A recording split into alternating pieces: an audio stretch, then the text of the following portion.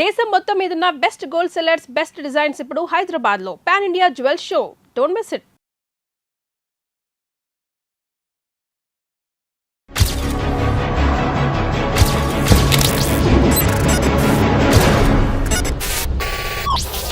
అసలు జంతన్ సర్కార్ మాజీ ప్రెసిడెంట్ ఆవిడే ఈ వారం మన గెస్ట్. పేరు సోని అలియాస్ గంగా.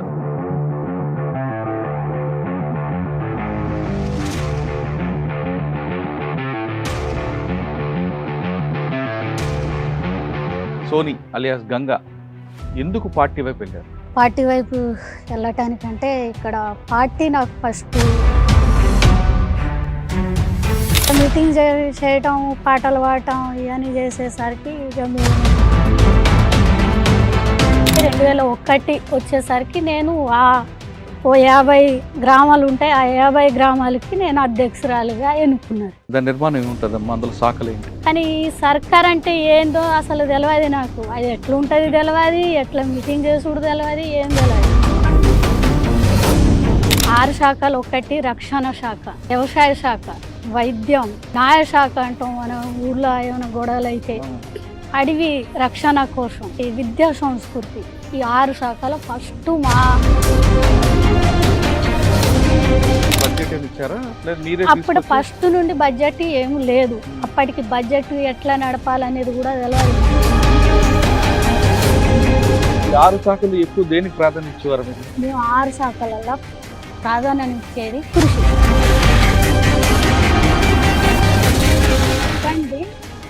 న్యాయం.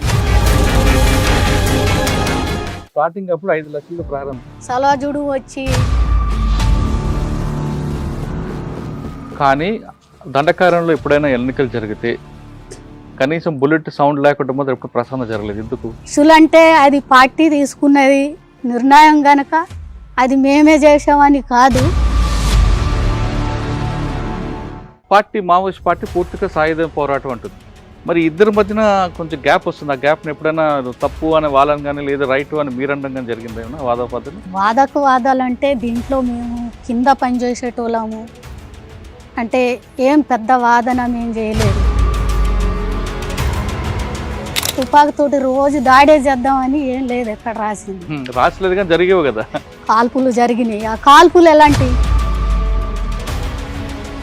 ప్రతి దాడి చేసినప్పుడు దాడులు జరిగినాయా, లేకుంటే పోలీస్ క్యాంపులలో పోయి దాడి చేసినాయి ఎన్ని అయ్యి? వాళ్ళు మనుషులే, మనం మనుషులేం కదా. మన మధ్య రక్తపాతాలు ఎందుకు? రక్తపాతాలు చేసిండు మావోయిస్టులే కాదు, ఫస్ట్ సృష్టించింది ప్రభుత్వమే.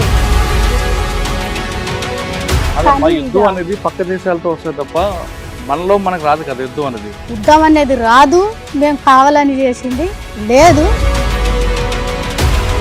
ఇక్కడికి పరిస్థితి నేను 2012లో 8 తారీఖున 26వ తారీఖు నాడు మేము మళ్ళీ దక్షిణకి వచ్చేటప్పుడు మా మీద దాడి జరిగింది. అప్పుడు నేను మీరు చెప్పిన పేరులో 2-3 తప్ప మిగతా అందరూ ఆయన అమరులయ్యారు. ఆ వార్త విన్నప్పుడు అనిపించింది? తట్టుకోలేను.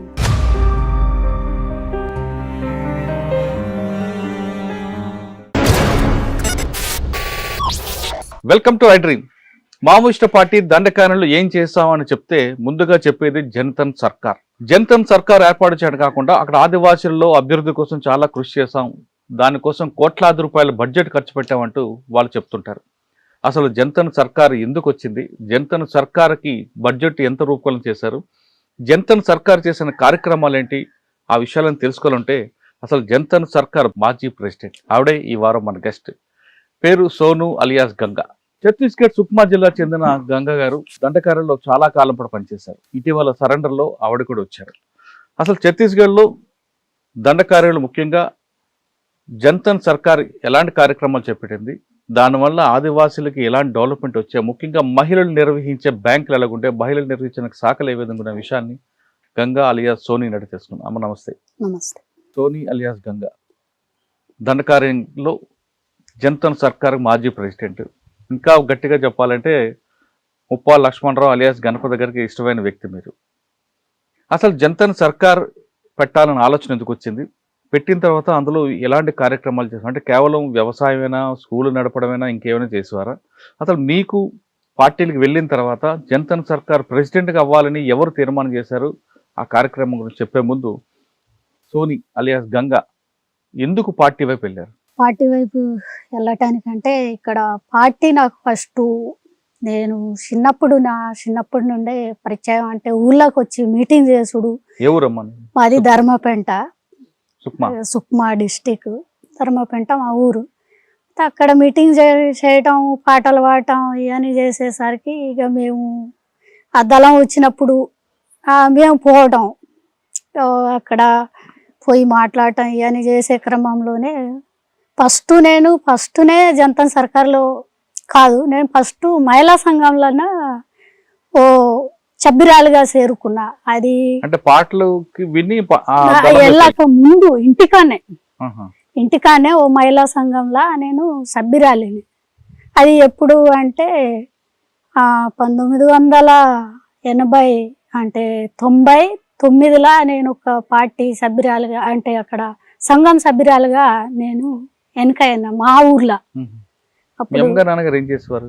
అమ్మగారు నాన్నగారు మొత్తం వ్యవసాయమే, వాళ్ళకి ఏమి వేరే ఇంకా వాళ్ళు ఎప్పుడు మీకు అడ్డుకోలేదు వెళ్ళొద్దు అని? అవి ఉంటాయి అడ్డుకోవాలని. అయితే ప్రస్తుతం మాకు అమ్మలేదు, నాన్న ఉన్నాడు గనక ఇంట్లో పనిచేసేది, నేనే పెద్దదాని గనక నువ్వు ఉండాలనేది, అడ్డుకునేది, ఇక అన్ని చేసేది. కానీ నేను ఎట్లయినా పోవాలి, చెయ్యాలి, చూడాలనేది నాకు ఎక్కువ ఉండేది. ఇట్లా దళం వచ్చినప్పుడల్లా పాటలంటే ఇక అప్పుడు అక్కడ మహిళల కోసం రాసిన పాట ఎవరు రాసింది ఎవరు తెలియదు, కానీ మొత్తానికైతే మడకం గోపన్న రాసిండని చెప్పేటోళ్ళు. అక్కడ భాషలలో ఉంది.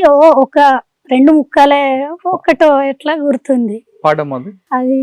అంటే ఆ భాషలో నువ్వు బెచ్చర శోభా మతికే నిము బెස්සర పాడే మతికే నిము బెස්සర పాడే కితికే నిము బెచ్చర శోభా మతికే నీకి నూడోరేయేలో మంగ్లీయేలో నీకి నూడోరేయేలో మంగ్లీయేలో అని ఇట్లా పాడేది.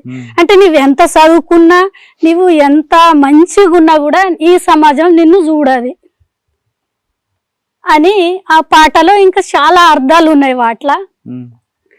అట్లా అవి వినే టైంలో అవన్నీ వినేసరికి ఇక్కడ మాకు కనపడేది ఊర్లో పిల్లలంటే ఎట్లా చూసుడు, మహిళల్ని ఎట్లా చూస్తున్నారు అనేది ఈ పాఠాలు ఇటు చూస్తే ఇక్కడ కనపడేది అన్నట్టు. ఇవన్నీ మరి పార్టీ చెప్పేది మంచిదే కదా అని. ఇంకొకటి అంటే మేము పుట్టి పెరిగే క్రమంలోనే అప్పటికి బలవంతంగా పెళ్ళిళ్ళు చేసేదన్నది ఎక్కువ ఉండేది అన్నట్టు. అట్లా మా ఊర్లో కూడా, మా ఇంట్లో కూడా, మా ఊరోళ్ళు కూడా మా నాన్నని తిట్టేది, నీ బిడ్డ అంత పెద్దదైంది నువ్వెందుకు పెళ్లి చేయట్లేదు అని. అయితే అది నా ఇష్టం, ఇంకొకళ్ళు ఎందుకు చెప్పాలి, ఇద్దరికి ఇష్టం ఉంటేనే పెళ్లి చేయాలని పార్టీ చెప్తుంది కదా, ఇదే కరెక్ట్. అయితే దీన్ని వ్యతిరేకించాలి. ఇటువైపు పోతేనే మాకు ఇక్కడ నిలబడటానికి, మేము మాట్లాడటానికి, ముందుకు పోవటానికి ఏదైనా ఒక మార్గం దొరుకుతుంది అనే దాంట్లో నేను ఇంకా ఊరోళ్ళు ఎంత చెప్పినా ఏం చెప్పినా ఎవ్వరు చెప్పేది కూడా నేను పట్టించుకునేటం కాదు.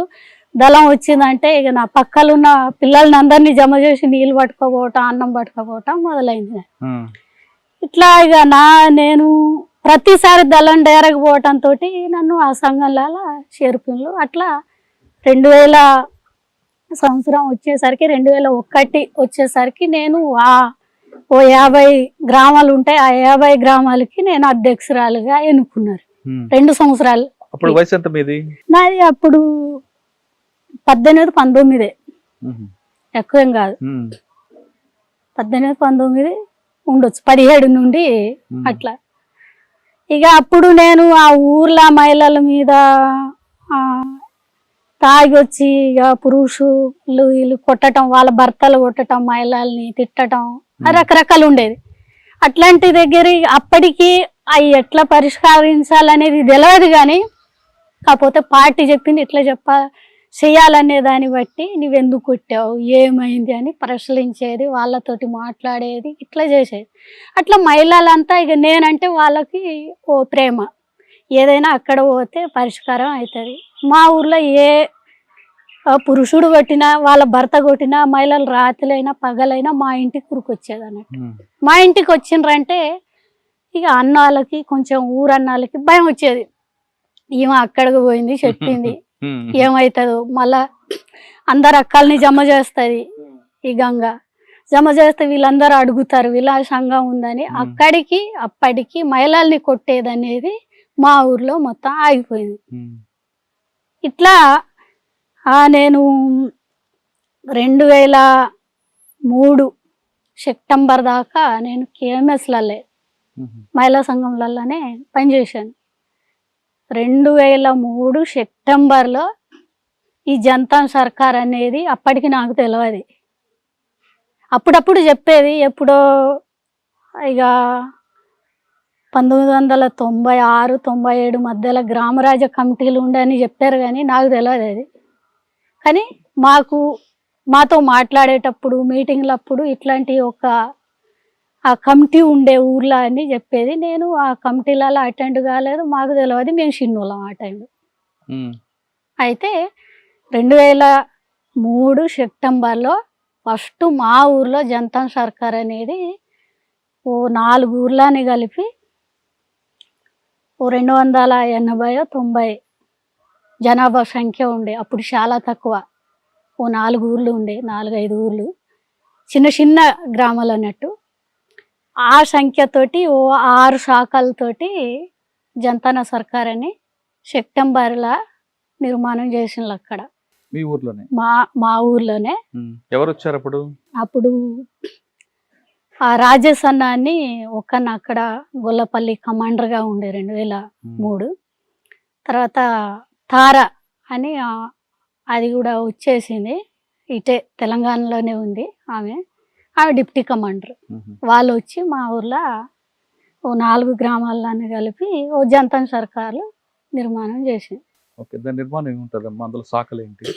అయితే అక్కడ నిర్మాణం అనేది ఫస్ట్ మాకు ఆ సర్కార్ అంటే ఏందో ఎట్లా నడపాలో అన్ని సంవత్సరాలు 4 సంవత్సరాలు దాకా మహిళా సంఘంలో ఉన్నాం కనుక మహిళల్ని ఎట్లా వాళ్ళ సమస్య ఎట్లా తీసుకోవాలి, ఎట్లా మాట్లాడాలి అనేది అప్పటికి కొంచెం నాకు అవగాహన వచ్చింది. కానీ ఈ సర్కార్ అంటే ఏందో అసలు తెలియదు నాకు. అది ఎట్లుంటుంది తెలియదు, ఎట్లా మీటింగ్ చేసుడు తెలియదు, ఏం తెలియదు. అయితే 6 శాఖలని చెప్పిండ్రు. 6 శాఖలు. ఒకటి రక్షణ శాఖ, రెండోది ఇక వ్యవసాయ శాఖ, ఇక మూడోది వైద్యం, ఇక 4వది న్యాయశాఖ అంటాం మన ఊర్లో ఏమైనా గొడవలు అయితే, 5వది ఇక అడవి రక్షణ కోసం, 6వది విద్యా సంస్కృతి స్కూల్ కోసం. ఈ 6 శాఖలు ఫస్ట్ మా పంచాయతీ అని చెప్తారు దాన్ని. జనతా సర్కార్లో 5-6 ఊర్లు ఉన్న పంచాయతీ అని చెప్పేటోళ్ళు. గట్లా అది ఈ 6 శాఖలతోటి ఫస్ట్ మా గ్రామంలో అది నిర్మాణం అయింది. దానికి ఫస్ట్ నేను అధ్యక్షుడు. ఓకే, 6 శాఖలకి ఒక్కొక్క శాఖ ఒక్కొక్క ప్రెసిడెంట్ ఉంటారా? 6 శాఖలకి మీరే ప్రెసిడెంట్? అట్లా కాదు, ఒక్కొక్క దానికి ఒక్కొక్కరు ఉంటారు. దాంట్లో ఇప్పుడు 6 శాఖలు ఉన్నాయంటే అధ్యక్షుడు ఎవరైతే ఉంటారో ప్రెసిడెంట్ ఉండేవాళ్ళు రిలీవ్ ఉంటారు, వాళ్ళకి శాఖ ఉండదు. ఈ 6 శాఖలకు 6 ఉంటారు ప్రెసిడెంట్ తో 7తో ఆ కమిటీ స్టార్ట్ అయింది. 7 శాఖలకు 7 కలిపి బడ్జెట్ ఏమి ఇచ్చారా? అప్పుడు ఫస్ట్ నుండి బడ్జెట్ ఏమి లేదు. అప్పటికి బడ్జెట్ ఎట్లా నడపాలనేది కూడా తెలియదు మాకు. అసలు బడ్జెట్ అవసరమా అనేది కూడా తెలియదు ఆ టైంలో, 2003. ఏం చేసుడు అనేది కూడా తెలియదు కనుక మమ్మల్ని అట్లా పెట్టిళ్ళు. మీటింగ్ ఎట్లా చేసుడు అంటే మాకు ఆ మహిళా సంఘం మీటింగ్ ఉంది కనుక మరి ఇది కూడా అట్లనే చేసుడేమో, ఎట్లా చేసుడు అనేది కొంచెం మేము అడిగేటోళ్ళం అన్నట్టు. అంటే ఓ నెల రోజులకు ఒక్కసారి మీరు మీటింగ్ చేయాలి. మీటింగ్ చేస్తే మరి ఏ విషయంలో మీటింగ్ చేసుకోవాలి అంటే ఇక అక్కడ ఈ న్యాయశాఖ వీళ్ళు న్యాయశాఖ బాధ్యత ఉన్నవాళ్ళు ఆ శాఖ అధ్యక్షుడు వాళ్ళు చేసే పని ఏమంటే ఆ 4 గ్రామాలలో ఎవరైనా మధ్యలో కుటుంబాల మధ్యలో గొడవలు వస్తే లేకుండా మహిళల్ని అప్పటికి కూడా కొన్ని ఉండే కొట్టడం తిట్టడం అనేది ఇట్లాంటివి ఉంటే ఇక దగ్గర ఉన్న భూములు సరిహద్దులు అంటే వాళ్ళ మధ్యలో వచ్చే గొడవలు ఇట్లాంటివి పరిష్కారం చేసేది, మాట్లాడేది కూడా వాళ్ళు. ఇక మిగతాది అప్పటికి ఇక అడవి కోశ అంటే ఇక అడవి కూడా ఏం చేసుడు, ఎంత అవసరమో అంత ఎవరికి అవసరం అనేది అడిగి ఆ కర్రలు తీసుకోవాలి, మనం నిర్ణయించుకొని కర్రలు తీసుకోవాలి. ఇక ఇష్టం వచ్చినట్టు హద్దులు పెట్టుకోవాలా. తర్వాత ఈ ఇల్లు కట్టడానికి కానీ దీనికి ఇక ఇష్టం వచ్చినట్టు నరికేసి పడేయకుండా మనకి ఎంత అవసరమో అంతే తీసుకోవాలి. అమ్మొద్దు, మన నుండి అమ్మొద్దు. మనకు ఎంత ఇష్టం ఎంత అవసరమో అంత మన ఇంటికి తెచ్చి మనం ఉపయోగించాలి కానీ అమ్మొద్దు. ఈ 6 శాఖల విధులు ఏంటుంటాయమ్మా? విధులు ఇప్పుడు ఈ రక్షణ శాఖ అనేది ఊర్లో ఇక రక్షణ కోసం, ఆ పంచాయతీ రక్షణ కోసం అది పనిచేస్తుంది. ఆ శాఖ కింద ఇంకొక 3 ఉంటారు, 4 ఉంటారు. ఆ 4 కలిపితే ఆ శాఖ అధ్యక్షుడు ఇంకా 4 కలిపితే అది ఒక శాఖ అవుతుంది. ప్రతిది కూడా ఓ 3 తోటి ఆ శాఖ పెట్టాలంటే ఆ శాఖ అధ్యక్షుడు ఒక్కడు ఇంకిద్దరిని కలిపితే ఒక శాఖ అవుతుంది. వాళ్ళ మీద మీరు 6 శాఖల మీద ఆ కింద ఉన్న వాళ్ళ మీద మేము. ఆయుధాలు అప్పుడు గ్రామాల్లో ఉన్నప్పుడు ఏం ఆయుధాలు ఉండే అన్న, ఉండే గ్రామాల నేనే కాదు ఇప్పుడు కూడా పంచాయతీ ఇస్తారనేది కింది లెవెల్లో ఉన్న వాళ్ళకి ఎవరికి ఆయుధాలు ఉండవు. వాళ్ళు గ్రామాలలోనే ఉంటారు, పనిచేస్తారు. 2003లో ప్రారంభించారు. అవును. తర్వాత ఎంతకాలం వెళ్ళింది అలా? అది 2003లో మేము అక్కడ నిర్ణయించుకున్నారంటే ఇక 2004 మళ్ళా అక్టోబర్లలో నేను 2004 జూన్లో ఇక్కడ మనుగురు వచ్చాము. మాకు చుట్టాలు ఉన్నారు అక్కడ, ఓ దేవుడు ఉంటది. అప్పుడు దేవుని నమ్మేది నేను. అక్కడ వచ్చేది, అక్కడ వచ్చాక ఆ దేవుని దగ్గర కాదు, అప్పుడు 2003లో లేదు, అప్పుడు ఇంటికానే ఉన్నా నేను, ఇంటికానే ఉన్నా. అయితే అక్కడ వచ్చేసరికి మనుగురులో నన్ను పట్టుకున్నారు 2004 పోలీసు వాళ్ళు. అయితే తెలంగాణలో అప్పుడు చర్చలు రాజశేఖర్ రెడ్డి ఉన్నప్పుడు అట్లా వీళ్ళు నన్ను అరెస్ట్ చేయడానికి కుదరదు, జైలుకు పంపడానికి కుదరదు. ఏదైనా నువ్వు ఒక్కటి చెప్పేస్తే మేము సలాన్ రాయిని చూపెడతామని అడుగుతున్నారు, అది ఒకటే. అయితే నాకు ఏం తెలియదు, పంపితే మా ఛత్తీస్గఢ్కి పంపండి, లేదంటే అరెస్ట్ చేయండి, లేదంటే వదిలిపెట్టండి, మీ ఇష్టం, ఏమైనా చేయండి, మీరు ఎన్ని రోజులు ఉంచితే అన్ని రోజులు ఉంటా, నాకైతే తెలియదు అన్నని. ఓ 3 రోజులు ఉంచిన అక్కడ బండారుగూడెంలో మనుగురు స్టేషన్లో ఉంచి ఇక లాభం లేదని ఇక ఒక ప్రెసిడెంట్ని అక్కడ సర్పంచ్ను పిలిచి, ఏమో మీకు తెలుసా అంటే తెలుసు సార్, ఎప్పటికీ మా ఊర్లోకి వస్తూ ఉంటది, ఇక్కడ బంధువులు ఉన్నారు, వాళ్ళ అక్క ఉంది ఇక్కడ, ఆమె నక్సలైట్ కాదు, ఎందుకు పట్టుకున్నారు మీరు అన్నారు. లేదు నక్సలైట్ అంట మాకు తెలుసు అంటే, తెలుసు అంటే అరెస్ట్ అనే చేయాలి, ఎందుకు పెట్టుకొని ఉన్నారు మీరు స్టేషన్లో అని అంటే, నీకు ఎట్లా తెలుసు నక్సలైట్ కాదని? ఆ చిన్న పాప ఉన్నప్పటి నుండి కూడా మాకు తెలుసు ఆయన ఆ సర్పంచ్ చెప్పిండు. అయితే ఈమె ఒకవేళ నక్సలైట్ అయితే నన్ను మూసేయండి అని నీవు సంతకం చేస్తావు? చేస్తానని ఆయన చేసిండు. ఆయన లేడు, మొన్న మేము పోయినాక ఆయన కలవాలనుకున్నా కానీ చనిపోయిండు ఆయన, తెలియడు. ఆయన ఈ ఒకవేళ నక్సలైట్ అయితే నన్ను జైల్లో పెట్టవచ్చు అని ఆయన సంతకం చేసి తీసుకొచ్చిండు. నన్ను తీసుకొచ్చి, అమ్మ నువ్వు ఇంటికి వెళ్ళిపో, ఇక్కడ మంచి లేదు, నిన్ను ఉత్తగా పట్టుకోలేదు, నువ్వు పలానా వ్యక్తి నిన్ను పట్టించుకున్నాడు, మాకు తెలుసు, ఎందుకు వస్తున్నారు ఆయన దగ్గరికి, ఎందుకు పోతారు మీరు డాక్టర్ అని చెప్పిండు. మాకు తెలియదు సార్, మేము వచ్చామని. అట్లా ఇది చూసి ఇక తర్వాత మన గాజరాల అశోక్ అన్న ఉండే అప్పుడు మా ఏరియాలో, ఏసీ సచివ్ కిష్టారం ఏరియా. ఇక అప్పుడు తను వచ్చి, ఇప్పుడు నీకు ఇక్కడ ఉండటానికి స్థలం లేదు, ఎట్లయినా నువ్వు పార్టీలో రావాల్సిందే, ఇక్కడ ఉంటే ఇంకొక దగ్గర అరెస్ట్ అవుతావు, జైలు పాలవుతావు ఇక అని ఫస్ట్ పిలిచి చెప్పిండు. ఇంటికాడ ఎవరు లేరు, అందరు చిన్నోళ్ళు ఉన్నారు, నేను రాను, మా నాన్న బాధపడతాడు కనుక నేను రాను, పార్టీలో ఇంటికానే ఉండి పని చేస్తా అని నేనన్నా. అయితే మీటింగ్ అని పిలిచిండు నన్ను, మీటింగ్ చేద్దాము, మీ పంచాయతీ సర్కార్ మీటింగ్ చేద్దాం రమ్మన్నాడు. ఓకే నేను మీటింగే చేస్తారనుకున్నా. ఓ వేరే ఊళ్ళకి తీసుకెళ్ళండ్రు, ఇప్పుడు నువ్వు పోయేది లేదు ఇక్కడే ఉండాలని. ఓ 15 రోజులు వాళ్ళ దగ్గరే ఇక నన్ను ఉంచిండ్రు అక్కడే. ఇక నేను వస్తాననే దాకా అడిగిండ్రు అందరు. ఓకే ఇప్పుడు వచ్చేస్తా అని చెప్పా. వాళ్ళ ఊళ్ళకి తీసుకెళ్ళి అందరు ఇక నేను పోతున్నా, ఎందుకంటే ఆ పంచాయతీ ప్రెసిడెంట్ గనక చెప్పాలి, చెప్పకుండా వస్తే కుదరదు. కమిటీని అంతా మొత్తం జమ చేసి ఇక తీసుకెళ్తున్నాం గంగక్కను ఇయ్యాల అని చెప్తే ఆ రోజు తీసుకొచ్చిండ్రు. 2004లో పార్టీలోకి వెళ్ళారు. అక్టోబర్ 18వ తారీఖు నాడు వచ్చారు. పార్టీలోకి వెళ్ళారా? ఎక్కడ తిరిగారు అప్పుడు? అప్పుడు గొల్లపల్లిలోనే ఎల్ఓషు, గొల్లపల్లి ఎల్ఓషు ఉండే, అక్కడ ఉండేది. కానీ ఆ గొల్లపల్లి ఎల్ఓఎస్ పరిధిలో పనిచేసేది, కానీ నేను ఆ జంతన్ సర్కార్ పనే చేసేది. మళ్ళీ అదే పంచాయతీలో ప్రెసిడెంట్గానే ఉండి పనిచేసేది, సివిల్గానే ఉండేది, ఎలాంటి వెపన్స్ కానీ ఏమీ లేవు. అయితే అదే సంవత్సరం పార్టీలో వెళ్ళాను. అక్టోబర్ 18వ తేదీలో పోయినా నేను. అదే సంవత్సరము కిస్టారం ఏరియా జంతన సర్కారు నిర్మాణం అయింది డిసెంబర్లో. డిసెంబర్ లాస్ట్న ఫస్ట్న ఆ జంతన సర్కార్ ఏర్పడ్డది, ఏరియా జంతన సర్కార్. ఆ దక్షిణ బస్తర డిజైన్ కాదు కదా, దండకార్యంలోనే ఫస్ట్ జంతన సర్కారు కిస్టారంలో నిర్మాణం అయింది, ఏరియా జంతన సర్కార్. అక్కడ అప్పటికి నాకు ఎలాంటి చదువు అనేది రాసేది అక్షరాలు కూడా తెలియదు. అక్కడ నన్ను ఆ ఉపాధ్యక్షుగా ఎన్నుకున్నారు. ఆ రాజేష్ అన్న అధ్యక్షు, నేను ఉపాధ్యక్షు.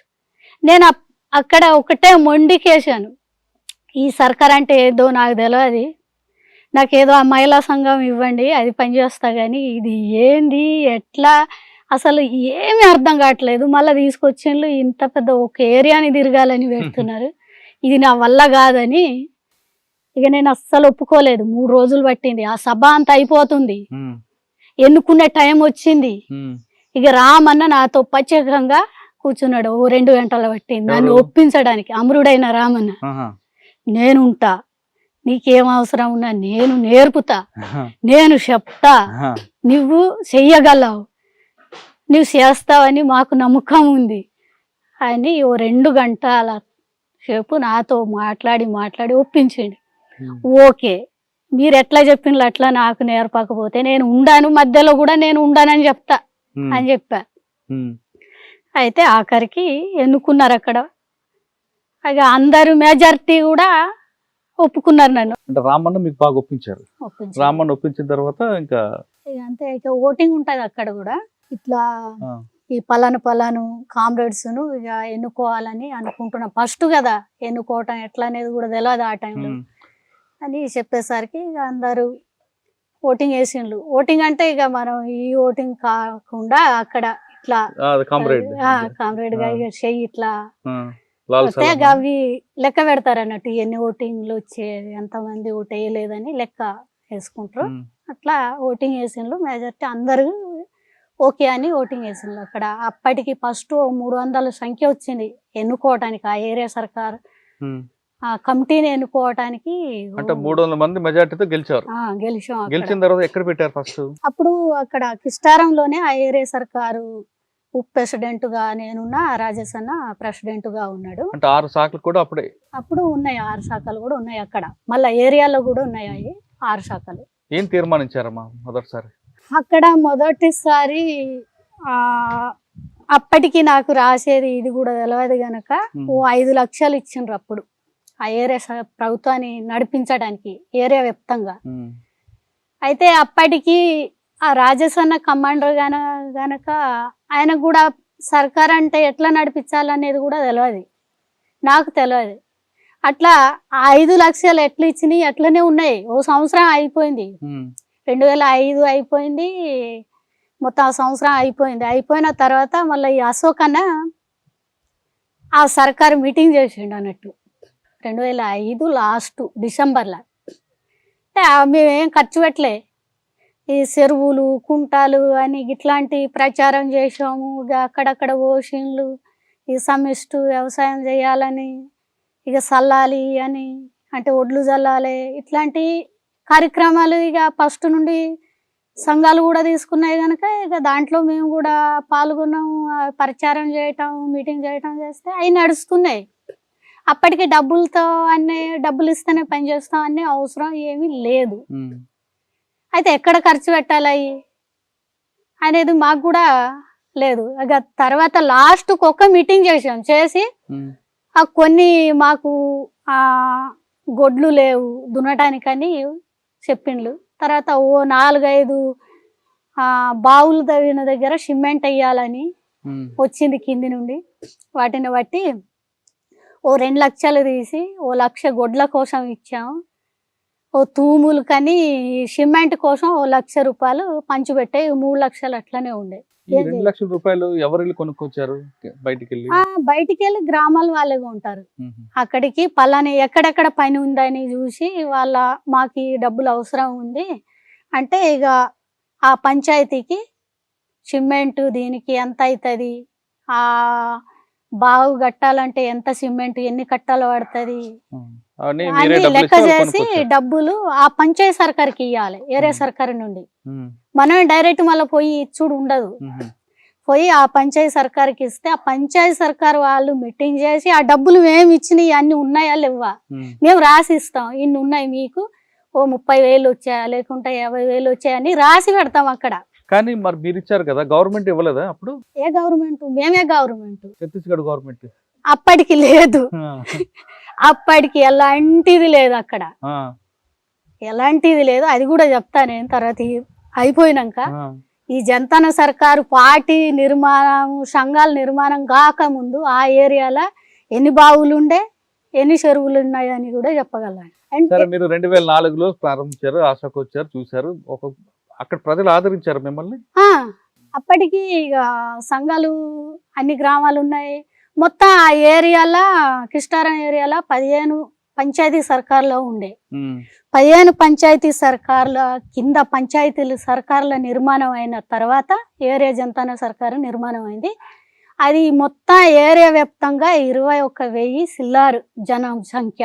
కిష్టారం స్టార్ట్ అయింది, అలా అలా పెరుగుకుంటూ వచ్చింది. ఎక్కువ దీంట్లో ఉంది. ఎంత మంది వచ్చారు అప్పుడు? 21,000 మంది వచ్చారు. జనాభా సంఖ్య అంతా ఉంటది ఏరియా మొత్తంగా. ఎన్నుకోవటం సమయంలో దండకారి మొత్తం జనతా సహకార పెట్టడానికి ఎంతకాలం పట్టింది? పట్టింది అంటే అటు ఉత్తర వైపు ఏ టైంలో పెట్టిండ్లు అనేది నాకు తెలియదు. నేను ఇక్కడ దాకా అయితే చెప్పగలను. అక్కడ 6 శాఖలు ఎక్కువ దేనికి ప్రాధాన్యత ఇచ్చేవారు మీరు? మేము 6 శాఖలలో ప్రాధాన్యం ఇచ్చేది కృషి. అప్పటికి ఆ టైం ఫస్ట్ టైంలో కూడా కృషి శాఖ, సెకండ్ది న్యాయం, పంచులు అలా గొడవలు న్యాయం చేసుడు, ఇక మూడోది ఆ అడవి రక్షణ అవసరాలు, ఏది అవసరం ఏది ఎన్ని కొట్టుకోవాలి ఎన్ని నరకాలి ఏది అనేది. తర్వాత ఇంకా ఇక మూడోది నాలుగోది వచ్చేసరికి ఈ స్కూల్ సంస్కృతి అనేది. అప్పటికి స్కూల్ నడపడానికి అక్కడ చదువుకున్న వాళ్ళు చాలా తక్కువ గనక ఆ టీచర్లు దొరికేది కాదు మేము పెట్టడానికి వేయడానికి అక్కడ. అయితే కేవలం సంస్కృతి పరంగా ఎలాంటి అక్కడ ఉన్న ఆదివాసీలలో ఉన్న సంస్కృతులు కొంత మంచిగా ఉన్నాయి, కొన్ని కొంచెం అక్కడ సమాజానికి ఉపయోగపడని కూడా ఉన్నాయి. అది ఏది మంచిది ఏది చెడ్డది అనేది దాని జనానికి చెప్పడం, ఇది మనం ఉపయోగించదలసింది, ఇది మనకు అవసరం లేదు, మీరు ఆలోచించండి. పండగలు కూడా ఎక్కువ చేసేది, ఎక్కువ రోజులు చేసేది. ఒక్క రోజులు 1 గంటకు అయిపోయేదాన్ని 3 రోజులు చేయడం, టైం వేస్ట్ అయిపోతుంది అని. ఇవన్నీ మొత్తము దీనికి ఇంత టైం ఉంటే అవుతుంది. పెళ్ళి ఇప్పుడు మురియా సముదాయాన్ని వాళ్ళ దగ్గర ఒక్క పెళ్లి చేయాలంటే వారం రోజులు పట్టేది. అది అంత కాదు, మీరు ఒక 7 రోజులు తీసుకునే దగ్గర ఒక 3 రోజులు తీసుకోండి. ఇట్లా మనకు రోజులు కలిసి వస్తే పని వ్యవసాయం చేయడానికి. వాళ్ళ ఆచారాలకు వ్యతిరేకంగా కొన్ని కార్యక్రమాలకు వాళ్ళు ఇబ్బంది పడతారు కదా? పడరు. వాటికి కొంతమంది అడ్డు చెప్తారు కదా. అడ్డు చెప్పేది ఎవరు అంటే అడ్డం వచ్చేది అక్కడ ఊర్లో ఏమంటారు, అది పూజారులు ఉంటారు, వాళ్ళే అడ్డం వస్తారు. మిగతా జనం వాటికి చాలా మంది వ్యతిరేకంగా ఉంటారు. ఎందుకంటే 7 రోజులు ఒక పెళ్లి 8 రోజుల దాకా తాగుకుంటే తిరుగుతుంటే ఉంటే మరి పని ఉంటది కదా. కాదమ్మా, సాధారణంగా వ్యవసాయం మీద ఎక్కువ ప్రాధాన్యత ఇస్తారు కదా, మరి మీరేంటి రివర్స్ లో వచ్చారు? మేము ఎటు అక్కడ మేము రివర్స్ రాలేదు. అక్కడ ఫస్ట్ జొన్నలు చల్లేది మా ఊర్లో కూడా మేము పెద్ద అయ్యేదాకా. చెప్పాలంటే 2010 దాకా కూడా ఎక్కువ జొన్నలు చల్లేది మా ఊర్లో. నూగులు, కందులు గివే జొన్నలు. అయితే మేము అక్కడ అంతకు ముందు ఫస్ట్ పార్టీ పోయిన తర్వాత ఎక్కడ చెరువులు లేవు, కుంటలు లేవు. పార్టీ పోయినాక అక్కడ ఫస్ట్ సంఘాలు ఏర్పాటు చేసి తర్వాత ఫారెస్ట్ వాళ్ళు అక్కడ ఒక్క కట్టె కూడా ముట్టనిచ్చేది కాదు ఆ టైంలో. వాళ్ళతోటి పంచాయతీలు పెట్టి ఊరు జనంతో వాళ్ళతోటి పంచాయతీలు పెట్టేసరికి వాళ్ళు వెళ్ళిపోయిండు సిటీలకు. తర్వాత ఫస్ట్ నినాదం అడిగొట్టండి పొలం చెయ్యండి అని ఫస్ట్ నినాదం మేము ఇంత ఉన్నప్పుడు. అప్పటికి తినేది లేదు, అడిగి పండ్లే సేకరించి తినుడు. వాళ్ళ దగ్గర ఏమైనా పని చేస్తే అక్కడ బియ్యం ఇస్తే తీసుకొచ్చి తినడం తప్ప అదే అక్కడ మొదలైంది. అప్పుడు చెరువులు, కుంటాలు ఇట్లాంటి ఓషన్లు గనక ఈ చల్లటం అనేది ఒడ్లు వండించేది అనేది వచ్చింది, అక్కడ మొదలైంది. కానీ అప్పటికే మీరు చెరువులు, కుంటలు, చెక్ డ్యాములు పెట్టుకుని నేర్పుతున్నారు. కానీ అప్పటికి వ్యవసాయం అనేది టెక్నాలజీ ఎంటర్ అయింది. మీరు కేవలం దండకారు వరకు ఉండిపోయారు. కానీ బయట చుట్టుపక్కల తీసుకుంటే టెక్నాలజీ వచ్చింది. తొందరగా వ్యవసాయం చేయడం, సంవత్సరాలు 2 పంటలు పండించడం, అది కూడా కమర్షియల్ చేయడం, ఇవన్నీ నేర్పారు వాళ్ళకి. 2 పంటలు పండాలంటే నీళ్ళు ఉండాలి. ఇక్కడ 2 పంటలు పండుతున్నాయంటే కరెంట్ ఉంది. మరి కరెంట్ అవసరం కదా. మరి కరెంట్ కోసం కాదు కదా, బోరింగ్ కోసం చుట్టూ తిరిగిండ్రు. ఫస్ట్ అక్కడ బోరింగ్ కావాలని, తర్వాత బావులు కావాలని మేము కూడా పోయినాం ధర్నా కోసం కుంట. నేను కూడా పోయినా, మాకు బావు కావాలి, బోరింగ్ కావాలి, చెరువు కావాలని. ఎవరు పోయలే అప్పుడు. అడ్డుకుంటారు కదా. అడ్డుకున్నది ఎప్పుడు జంతన్ సర్కార్, ఏరే జంతన్ సర్కారు నిర్మాణం అయినాక ఇక్కడ చెరువులు, బావులు తవ్వినాక అప్పుడు మేము పోస్తాం అన్నప్పుడు మేమే చేస్తామని చెప్పింది మొత్తం కరెక్ట్. అంతకు ముందు అయితే ఎలాంటి బావి లేదు, ఎలాంటిది మేము ఇది పెడతామని కూడా లేదు. అప్పటికి సోలార్ తో వాడేవారు కదా. సోలార్ తర్వాత వచ్చింది, సోలార్ చాలా తర్వాత. అది ఎప్పుడు సోలార్ సిస్టమ్ 2003, అది కూడా బిజాపూర్ జిల్లాలలో వచ్చింది. అది జోగి ముఖ్యమంత్రి ఉన్నప్పుడు ఆయన కొద్ది కాలమే ఉన్నాడు, అప్పుడు వచ్చింది. కానీ ఆ సోలార్ సిస్టమ్ అప్పటికి వెలుతురు కోసమే, పంట పండించడానికి కాదు. ఆ సోలార్ సిస్టమ్ నేను మీ జంతర్ సర్కార్లో కొన్ని స్కూల్స్కి వచ్చా. మీరు కట్టిన భవనాలు అన్నాం కానీ ఆ రూములు చాలా స్ట్రాంగ్గా పక్కాగా ఇప్పటికి కూడా ఉన్నాయి. అంటే అంత పక్కా నిర్మాణం ఎలా చేసుకొచ్చారు? అంటే మీ దగ్గర ఉన్నప్పటికే ప్లాన్ ఉందా ఏమన్నా? అది ప్లాన్ మాది కాదు, జనంది. చాలా చక్కగా వెదురు బొంగులతో స్ట్రాంగ్ గా కట్టారు కదా. అది దళం చేసిన ప్లాన్ కాదు, నేను చేసిన ప్లాన్ కాదు, జనం చేసిన ప్లాన్. వాళ్ళు ఎట్లా కడితే మంచిగా ఉంటుంది, ఎక్కువ రోజులు ఎట్లా ఉండాలనేది అది కట్టిండ్రు. అదే కాకుండా ఫస్ట్ స్కూల్ నిర్మాణం చేసే టైంలో మన రామన్న చాచారి ఉంది సావుత్రక్క, వాళ్ళ ఊర్లో ఒక బంగ్లం కట్టిండ్రు మంచి. అది ఇప్పుడు కూడా ఉంది. టీచర్ ఎవరు వచ్చేవారు మీకు? టీచర్లు అంటే అప్పటికి చాలా ఇబ్బంది అన్న టీచర్లు పెట్టేది. ఇక్కడ టీచర్లే లేరు, చదువే లేదు అప్పటికి. పార్టీ వచ్చే ముందు టైంలో అయితే చదువు లేదు అక్కడ. అట్లా ఈ టీచర్లు దొరికేది కాదు మాకు. 2006-7 కూడా అంత పెద్దగా ఎవరు దొరికేది కాదు. మరేం చేసేవారు పిల్లలకి? దూరం నుండి చాలా మందిని తీసుకొచ్చాం. ఎక్కడ ఆ మురియా సముదాయ వాళ్ళ కొంచెం ఆ సిటీకి దగ్గర ఉంటారు, సుక్మా దంతేవాడ అటు దగ్గర ఉంటారు కదా, అక్కడ నుండి కొంతమందిని మేము మాట్లాడి తీసుకొచ్చాం. ఇచ్చేవాళ్ళంటే వాళ్ళకు భూమి ఇచ్చిండ్రు. 3 మేమే పెళ్లిళ్ళు చేసాం. ఎందుకంటే వాళ్ళు ఇక్కడ పాఠాలు చెప్పాలి కనుక కుంటలు పోయించాం, భూమి ఇచ్చాం. ఇక తర్వాత ఆ ఊర్లోనే పాటలు చెప్తాడు కనుక, చదువు చెప్తాడు కనుక ఆయన 8-9 దాకా దుని 2 గంటలు మేము మాట్లాడింది కూడా రోజుకు 4 గంటలు లేకుంటే 3 గంటలనే చెప్పాలి అనేదే మేము చెప్పాం. అట్లా తను చెప్పేది. ఫస్ట్ అయితే చాలా తక్కువ. అప్పుడు మన దగ్గర డబ్బులు లేవు, వాళ్ళకి ఇచ్చుడు కూడా ఎక్కడ 1500-1800 ఇట్లా ఇచ్చేది ఫస్ట్ నెలకి, మనకే లేవు గనక. ఇక అట్లా మేము ఒక 4 మా ఏరే జంతాన సర్కార్ నిర్మాణం అయినాక 4 అక్కడి నుండి తెచ్చాం ఈ ఏరియాకి టీచర్లుగా. టీచర్లుగా. మరి డాక్టర్ని?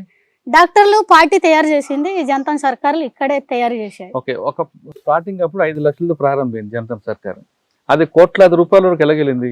తర్వాత దానికి ఇక బడ్జెట్ జోను జనతా సర్కారు 2008లో నిర్మాణం అయింది. జోను అంటే డీకే వ్యాప్తంగా. అక్కడ దీనికి ఇక పని కింద వెళ్ళేసరికి ఇక రోజుకొకతార దీని అనుభవాలు, మనం ఈ చెరువు కట్టాలి, ఇక్కడ సిమెంట్ వేయాలి, ఈ అవసరం ఉంది, ఇక జైలుకి వెళ్ళే వాళ్ళు ఉన్నారు, ఒకళ్ళకి ఇల్లు కావాలి, గొడ్లు కొనాలి, ఇట్లాంటి అవసరాలు వచ్చేది. అప్పుడు మేము కూడా పార్టీకి ప్రపోజల్ చేసేది అన్నట్టు, నోట్ చేసి ఈ ఏరియాకి ఇంత అవసరం, ఇదంతా మీరే నోట్ చేసి ప్రపోజల్ చేసేది. అది ఓ 4 నెలలకు ముందే చేయాలి, అట్లా చేసేది. ఇట్లా చేస్తే ఇక మేము 1 కోటి రూపాయలు అడిగిన రోజు ప్రపోజల్ చేసినప్పుడు అక్కడ ఉంటే, ఆ రాష్ట్ర కమిటీ దగ్గర ఉంటేనేమో 1 కోటి ఇచ్చేది. లేదు అక్కడ బడ్జెట్ లేదంటే ఓ 80 లక్షలు లేకుంటే 60 లక్షలు కూడా ఇచ్చేది ఓ డిజైన్కి. అవి వచ్చి మళ్ళీ కింద అన్ని శాఖలకి పంపిణీ చేయాలి. ఇట్లా ఇదంతా క్యాష్ ఇచ్చేవారా? కేసేనన్నా. లేదు గోల్డ్ ఇచ్చేవారా?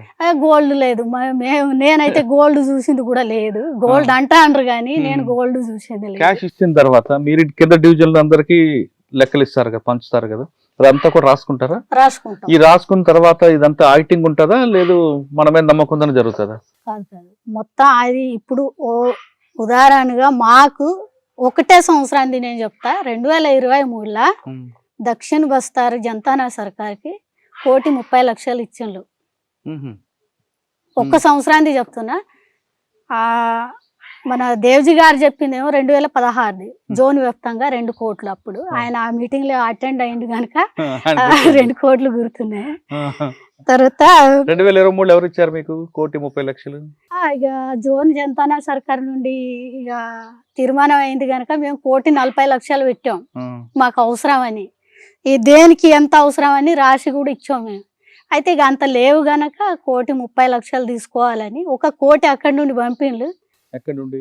ఆ జోన్ నుండి. జోన్ నుండి అంటే ఇక ఆ జోన్లలో ఉండే ఆ డివిజన్లలో అక్కడక్కడ ఉంటాయి గనక ఎక్కడి నుండి ఎక్కడ తీసుకోవాలి, ఇక జెడ్సీ నుండి ఇటు ఇస్తారు మాకు. అట్లా ఇక 30 లక్షలు డివిజన్ నుండే ఆ బడ్జెట్ నుండే ఇచ్చేసిండ్రు. అట్లా మాకు 1,30,00,000 ఇచ్చిండ్రు. ఆ 1,30,00,000 ఖర్చు చెప్పే కదా. 1,30,00,000 ఎంత 60 లక్షల దాకా మన కృషి దానికే, మేము వ్యవసాయానికే ప్రాధాన్యత ఇచ్చాం. 60 లక్షల దాకా, 60-70 లక్షల దాకా కూడా దీనికే. మిగతా 60 ఇక స్కూలు, వైద్యం, తర్వాత ఈ ట్రాక్టర్లు ఇవన్నీ ఉన్నాయి. ఆ ఏరియాకు 1 ట్రాక్టర్ ఉంటుంది, ఆయిల్ ఇంజను. ఇక తర్వాత ఆ ప్రభుత్వం పెట్టిన బోరింగ్లు అవన్నీ పాడైపోయినాయి. ఎన్నో సార్లు చుట్టూ తిరిగిండ్లు అవన్నీ తేవాలని, వాళ్ళు వచ్చుడు లేదు పెట్టుడు లేదు కనుక ఆ రిపేరింగ్ చేయడానికి ఓ 10 లక్షలు. డివిజన్ మొత్తం రిపేరింగ్ కోసం, బోరింగ్ రిపేరింగ్, ఆ సిమెంట్ పెట్టడం, ఆ పైపులు తేయడం కోసం 10 లక్షలు 1 సంవత్సరం కేటాయించాం. అదే సంవత్సరం. ఎందుకంటే సత్తు తీసుకుంటాం అక్కడ. దీని నుండి ఎంత శాతం దేనికి అనేది మీరు రాసిస్తారు అకౌంట్ లో. 70 లక్షలు కృషి, 30 లక్షలు, 10 లక్షలు రిపేర్లు, ఇవన్నీ రాస్తారు. అట్లా తీస్తారు కదా. 1,30,00,000కి మీరు ఖర్చులు చూపించాలి, అంతే కదా. 1,30,00,000 ఖర్చుల్ని ఎవరైనా మీకన్నా పై వాళ్ళు చూస్తారా, లేదు మీరు చెప్పిందే వేదమా? అట్లే ఉండదు, చూస్తారు పై వాళ్ళు. ఎవరు పై వాళ్ళు చూసేది? ఇప్పుడు సుజాత అక్క ఉండే మా దగ్గర, మాకు పై. తర్వాత డివిజన్ సచివ్ చూస్తాడు. ప్రతి డివిజన్లలో డివిజన్ సెక్రటరీ ఉంటాడు కదా, పార్టీ సెక్రటరీ. ఆయన ఆ మీటింగ్ లో అటెండ్ అవుతాడు, ఈ అకౌంట్ చూస్తాడు. అక్కడ ఏమైనా హెచ్చు తగులు వచ్చినా కూడా చర్చ ఉంటది. ఓ 10 పైసలు తక్కువనా, ఓ రూపాయి తక్కువనా ఎందుకు పోయిందని దానికి రాసి తేవాలి. కొంతమంది అదే డబ్బులు బయట అనుకోండి, నేను పార్టీ గురించి అనట్లేదు, కొంత కమిషన్ కక్కుర్తి పడుతుంటారు, అటువంటి జరుగుతుంటాయా? 1 రూపాయి కూడా తీసుకో. ఇప్పుడు డివిజన్ సర్కార్ నుండి పలానా ఏరియాకి దీనికి ఇన్ని లక్షలని పంపిస్తాం.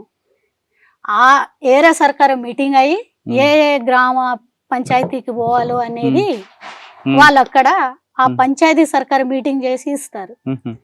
ఇప్పుడు మేము లెక్క పెట్టింది ఏరే సర్కార్లలో లెక్క పెడతారు. మళ్ళా అవి ఉన్నాయా లేవా అని, ఇక్కడ రాసింది కరెక్ట్ ఉందా లేదా అని అక్కడ లెక్క పెట్టి వాళ్ళు మళ్ళా కింది గ్రామాలకు పంచుతారు. అవి పంచాయతీ జంతన సర్కార్కి పోతాయి. ఆ కమిటీ లెక్క పెడతది అవి కరెక్ట్ ఉన్నాయా లేవా అని లెక్క పెట్టి అప్పుడు ఆ పనికి ఇస్తారు. సరే, మీరు ప్రభుత్వం లేకుండా సమాంతర ప్రభుత్వం నడిపారు, కానీ ప్రభుత్వం బయట నుంచి మీకు నిర్బంధం పెట్టింది. మిమ్మల్ని ఇన్ని రకాలకు ఇబ్బంది పెట్టాలి, అన్ని రకాలు పెట్టింది. అంత నిర్బంధం మధ్యన ఈ జనతా సార్ ఎలా నడిపించుకొచ్చారు? అది చెప్తే ఎట్లా నడిపించామని మాకే అర్థం కాకుండా అవుతుంది.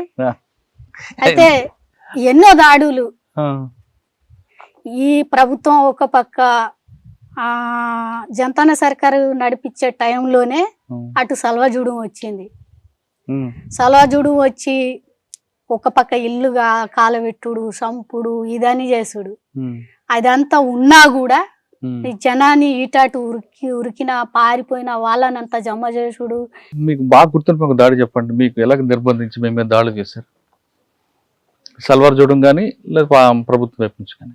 జనతా సర్కారు మీద దాడి చేసేది అంటే మాకు బాగా గుర్తుండిపోయేది 2016లలో అక్కడ ఈ భూమి సంతాలింగ్ అని పేరు పెట్టి భూమి సమానం చేసే ఓ కార్యక్రమం తీసుకున్నాం. పార్టీ తీసుకున్నది, దాన్ని మేము అమలు చేస్తున్నాం. అప్పుడు అక్కడ భూమి సమానం చేసే టైంలో ఆ బూర్లంక అని ఒక పంచాయతీ, ఒక ఊరు ఉంది. బూర్లంక అని ఊరుంది. అక్కడ జనం అంతా ఒకటే దగ్గర వండి తినడం, పని చేయడం చేసేది. అప్పటికే 2016లో అక్కడ 16 కాదు 14లో అక్కడ పనిచేసే వాళ్ళ మీద దాడి చేసిండు. అప్పుడు ఇక చాలా మందికి ఇక తూటాలు అయితే బుల్లెట్లు వాడలేదు కానీ రాళ్ళ మీద వాడటం, ఇక ఈ పారిపోయే టైంలో అప్పుడు గాయాలైనవి చాలా మందికి జనాలు. దాని ప్రతిదాడి మీరు ఏం చేశారు? మేము అప్పుడు ఏం చేయలేదు, తర్వాత చేశారు. మేము అక్కడ మేము సివిల్గానే ఉండే అప్పుడు కూడా. అయితే నా ఇద్దరి దగ్గర వెపన్ ఉంది, సివిల్గా ఉండి మేము ముందే పోయినాం, చెప్పి వచ్చాము. అక్కడ దాడి జరిగింది. అక్కడ దాడి జరిగిన తర్వాత మేము మళ్ళీ మా డేరాకి వచ్చాము కనుక వాళ్ళు ఇటు వస్తారని తెలియదు. మళ్ళీ డేరా మీద దాడి అయింది. దాడి అయినాక అక్కడ వాగు ఉంటుంది, చిన్న కెడవాలని ఒక ఊరు, జనవారులని అది వాగు ఉంది. ఆ వాగులలో పెద్ద మడుగులు ఉన్నాయి. ఇటు ఒక్క దగ్గర మేమున్న దగ్గరే దాటవలసింది, మిగతా ఎక్కడ కాదు, చాలా దూరం నుండి దాటాలి. అయితే వాళ్ళ అవతల ఒడ్డు నుండి వాళ్ళు కొట్టిండ్రు, మేము ఇవతల ఒడ్డు నుండి మేము కొట్టి ఎటుకెళ్ళాము, అటు వెళ్ళిపోయినాం. అప్పుడు అయితే ఇక అప్పుడు ఆ చిన్న కేడవలనే ఊరు మీద దాడి చేసి ఓ 4-5 ఊర్లని కాలబెట్టిండ్రు, ఓ 3 దాదాలని కొట్టిండ్రు. అప్పుడు కొట్టి వెళ్ళిపోయే టైంలో అప్పుడు ఆ బెటాలియన్ అక్కడ ఉంది కనుక అది ఆ సింగం మడుగు మళ్ళీ అదే బూర్లంక దగ్గరికి వెళ్ళినాక వెనక పోయి మళ్ళీ వాళ్ళ మీద దాడి చేసిండ్రు. కానీ ఎవరికి ఏం కాలే, వీళ్ళకి ఏం కాలే, వాళ్ళకి ఏం కాలే. అటు నుండి ఇటు నుండి కొట్టిండ్రు, వచ్చేసిండ్రు. సరే, జనతా సర్కార్లో ఒక 6 శాఖలు పెట్టి సమాంతర ప్రభుత్వం నడిపాము. ఆదివాసుల అభివృద్ధి కోసం నిరంతరం కృషి చేసాం, ముఖ్యంగా మహిళలే చేశారని పార్టీ ఇప్పటికీ చెప్పుకుంటారు. కానీ ఆ పెట్టినవన్నీ తప్పట్టట్లేదు, కానీ దానివల్ల కొన్ని నష్టాలు జరిగాయి అనేది కొన్ని ప్రభుత్వం లెక్కలు చెప్తారు. ముఖ్యంగా విద్య 8వ క్లాస్ వరకు మీరు చెప్తారు, 8 తర్వాత ఆయన పట్టణాలకు దగ్గరలో సిటీకు వెళ్ళాలి. జనతా సర్కార్లో 8వ క్లాస్ చదువుకున్న సర్టిఫికేట్ ఇస్తే ప్రభుత్వం ఆమోదించదు. 9వ క్లాస్కి అనుమతి లేదు. తిరిగి మళ్ళీ అబ్బాయి కానీ అమ్మాయి కానీ మళ్ళీ తిరిగి 1వ క్లాస్లో జాయిన్ అవ్వాలి. ఈ 8 సంవత్సరాలు మీరు చెప్పిన చదువు అంతా కూడా వృధా. కానీ బాగా చదవనిచ్చు, ఇంగ్లీష్ మాట్లాడచ్చు అన్నీ, కానీ ప్రభుత్వం అనుమతించదు. ఒకటి. అదేవిధంగా వ్యవసాయం, కృషి, మీరు ఆధునిక పద్ధతులు చెప్పకుండా ఇంకా పురాతన పద్ధతులు వ్యవసాయం చేయడం వల్ల వాళ్ళకి శ్రమ తప్ప ఉపయోగం లేదు అనేది 2వ వాదన. 3, న్యాయం మీరు చెప్పేది న్యాయం కాదు, ప్రభుత్వం కోర్టులు ఉన్నాయి, కోర్టుల ధరలతో న్యాయం అని ప్రభుత్వం చెప్తుంది, దానివల్ల ఉపయోగం లేదు. ఇంకా భూ పంపిణీ, పట్టాలు లేని భూ ఇచ్చేది ఏంటి, ఉపతి ఏంటి అనేది రిజిస్ట్రేషన్ లేకుండా దానివల్ల ఉపయోగం ఏంటి, మీరే రాజ్యం కాదు కదా, రిజిస్ట్రేషన్ అవ్వాలి కదా అనేది ప్రభుత్వం చెప్తుంది. 4 ఇంకా 5వది తీసుకుంటే మహిళలకి రక్షణ, బాలలకి చిన్నప్పుడే బాల కార్మికులకు వ్యతిరేకించే మీరు చిన్నప్పటి నుంచే వాళ్ళకి బాల సంఘాలు పెట్టి వాళ్ళకి చిన్నప్పటి నుంచే తుపాకీ పట్టుకోవడం ఇవన్నీ కూడా నేర్పడం వల్ల వాళ్ళలో ఏం నేర్పిస్తారు అన్నది ప్రభుత్వం ప్రశ్నిస్తుంది. దీనికి ఏం చెప్తారు? దీనికి బాలల సంఘం అంటేనే అది తుపాకులు పట్టే సంఘం కాదు. కానీ మీరు ఆ నూరు పోస్తుంటారు కదా. నూరు పోసేది అక్కడ ఏంటి అంటే చెడ్డు అలవాటు నేర్చుకోవద్దు. చెడ్డ అలవాటు ఏంటి? చెప్పండి. తాగొద్దు. అక్కడ ఎన్నో రకాల సారా మందు దొరుకుతుంది. అక్కడ అమ్మ నాన్నలు కూడా తాగుతారు కనుక వీళ్ళకి కూడా అలవాటు చేస్తారు. సారా తాగొద్దు. తర్వాత సుట్ట ఇట్లాంటివి తాగొద్దు. సారా తాగద్దని మీరు చెప్తారు కానీ ఇప్పుడు కూడా ఆదివాసులు విప్ప సారా అవును తాగుతారు. తాగుతున్నారని వదిలిపెట్టాం కదా. వాళ్ళకి శిక్షించారా? తాగుతున్నారని వదిలిపెట్టాం మనం. ఇప్పుడు కూడా మన పిల్లల్ని వదిలిపెడితే వాళ్ళు తాగుతున్నారు కదా అని వదిలిపెడితే వాళ్ళు తాగుతారు కదా. అంటే వాళ్ళకి చెడు అలవాట్లు పోవద్దు నేర్పారు మీరు. చెడు అలవాట్లలో పోవద్దు అనేది ఒక్కటి వాళ్ళకి చెప్పేది.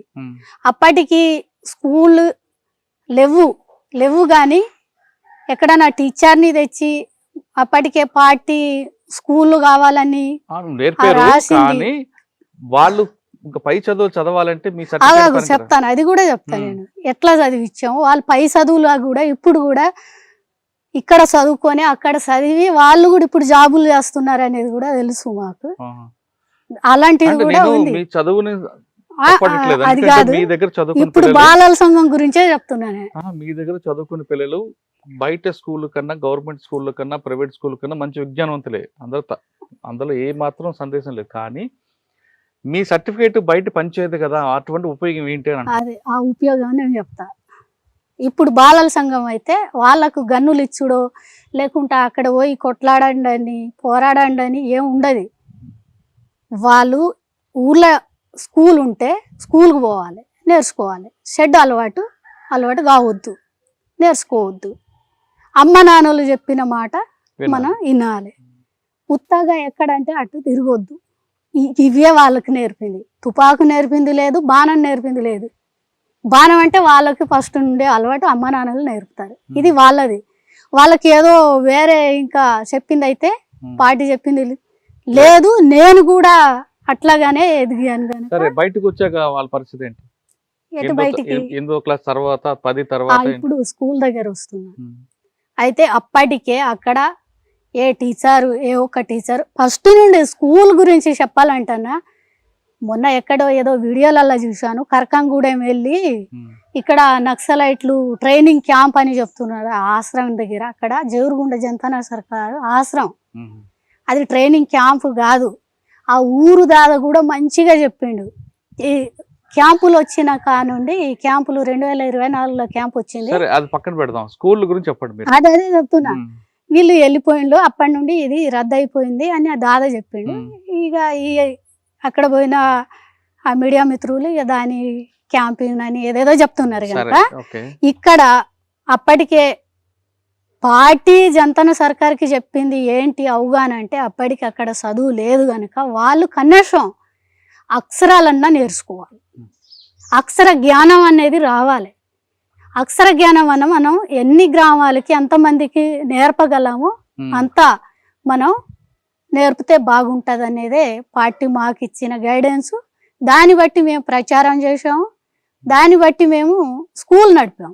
దీనికంటే ఇంకా ఫస్ట్ ఏంటి, మొత్తం ఆ స్కూళ్ళల్లో రండి మేమే చెప్తామని కాదు దీని అర్థం. ప్రతి ఇంట్లో అక్కడ ఏంటి స్కూల్ అనేది అవగాహన లేదు గనక మీ ఇంట్లో మీ పాపనైనా బాబునైనా మీరు హాస్టల్లో పెట్టండి.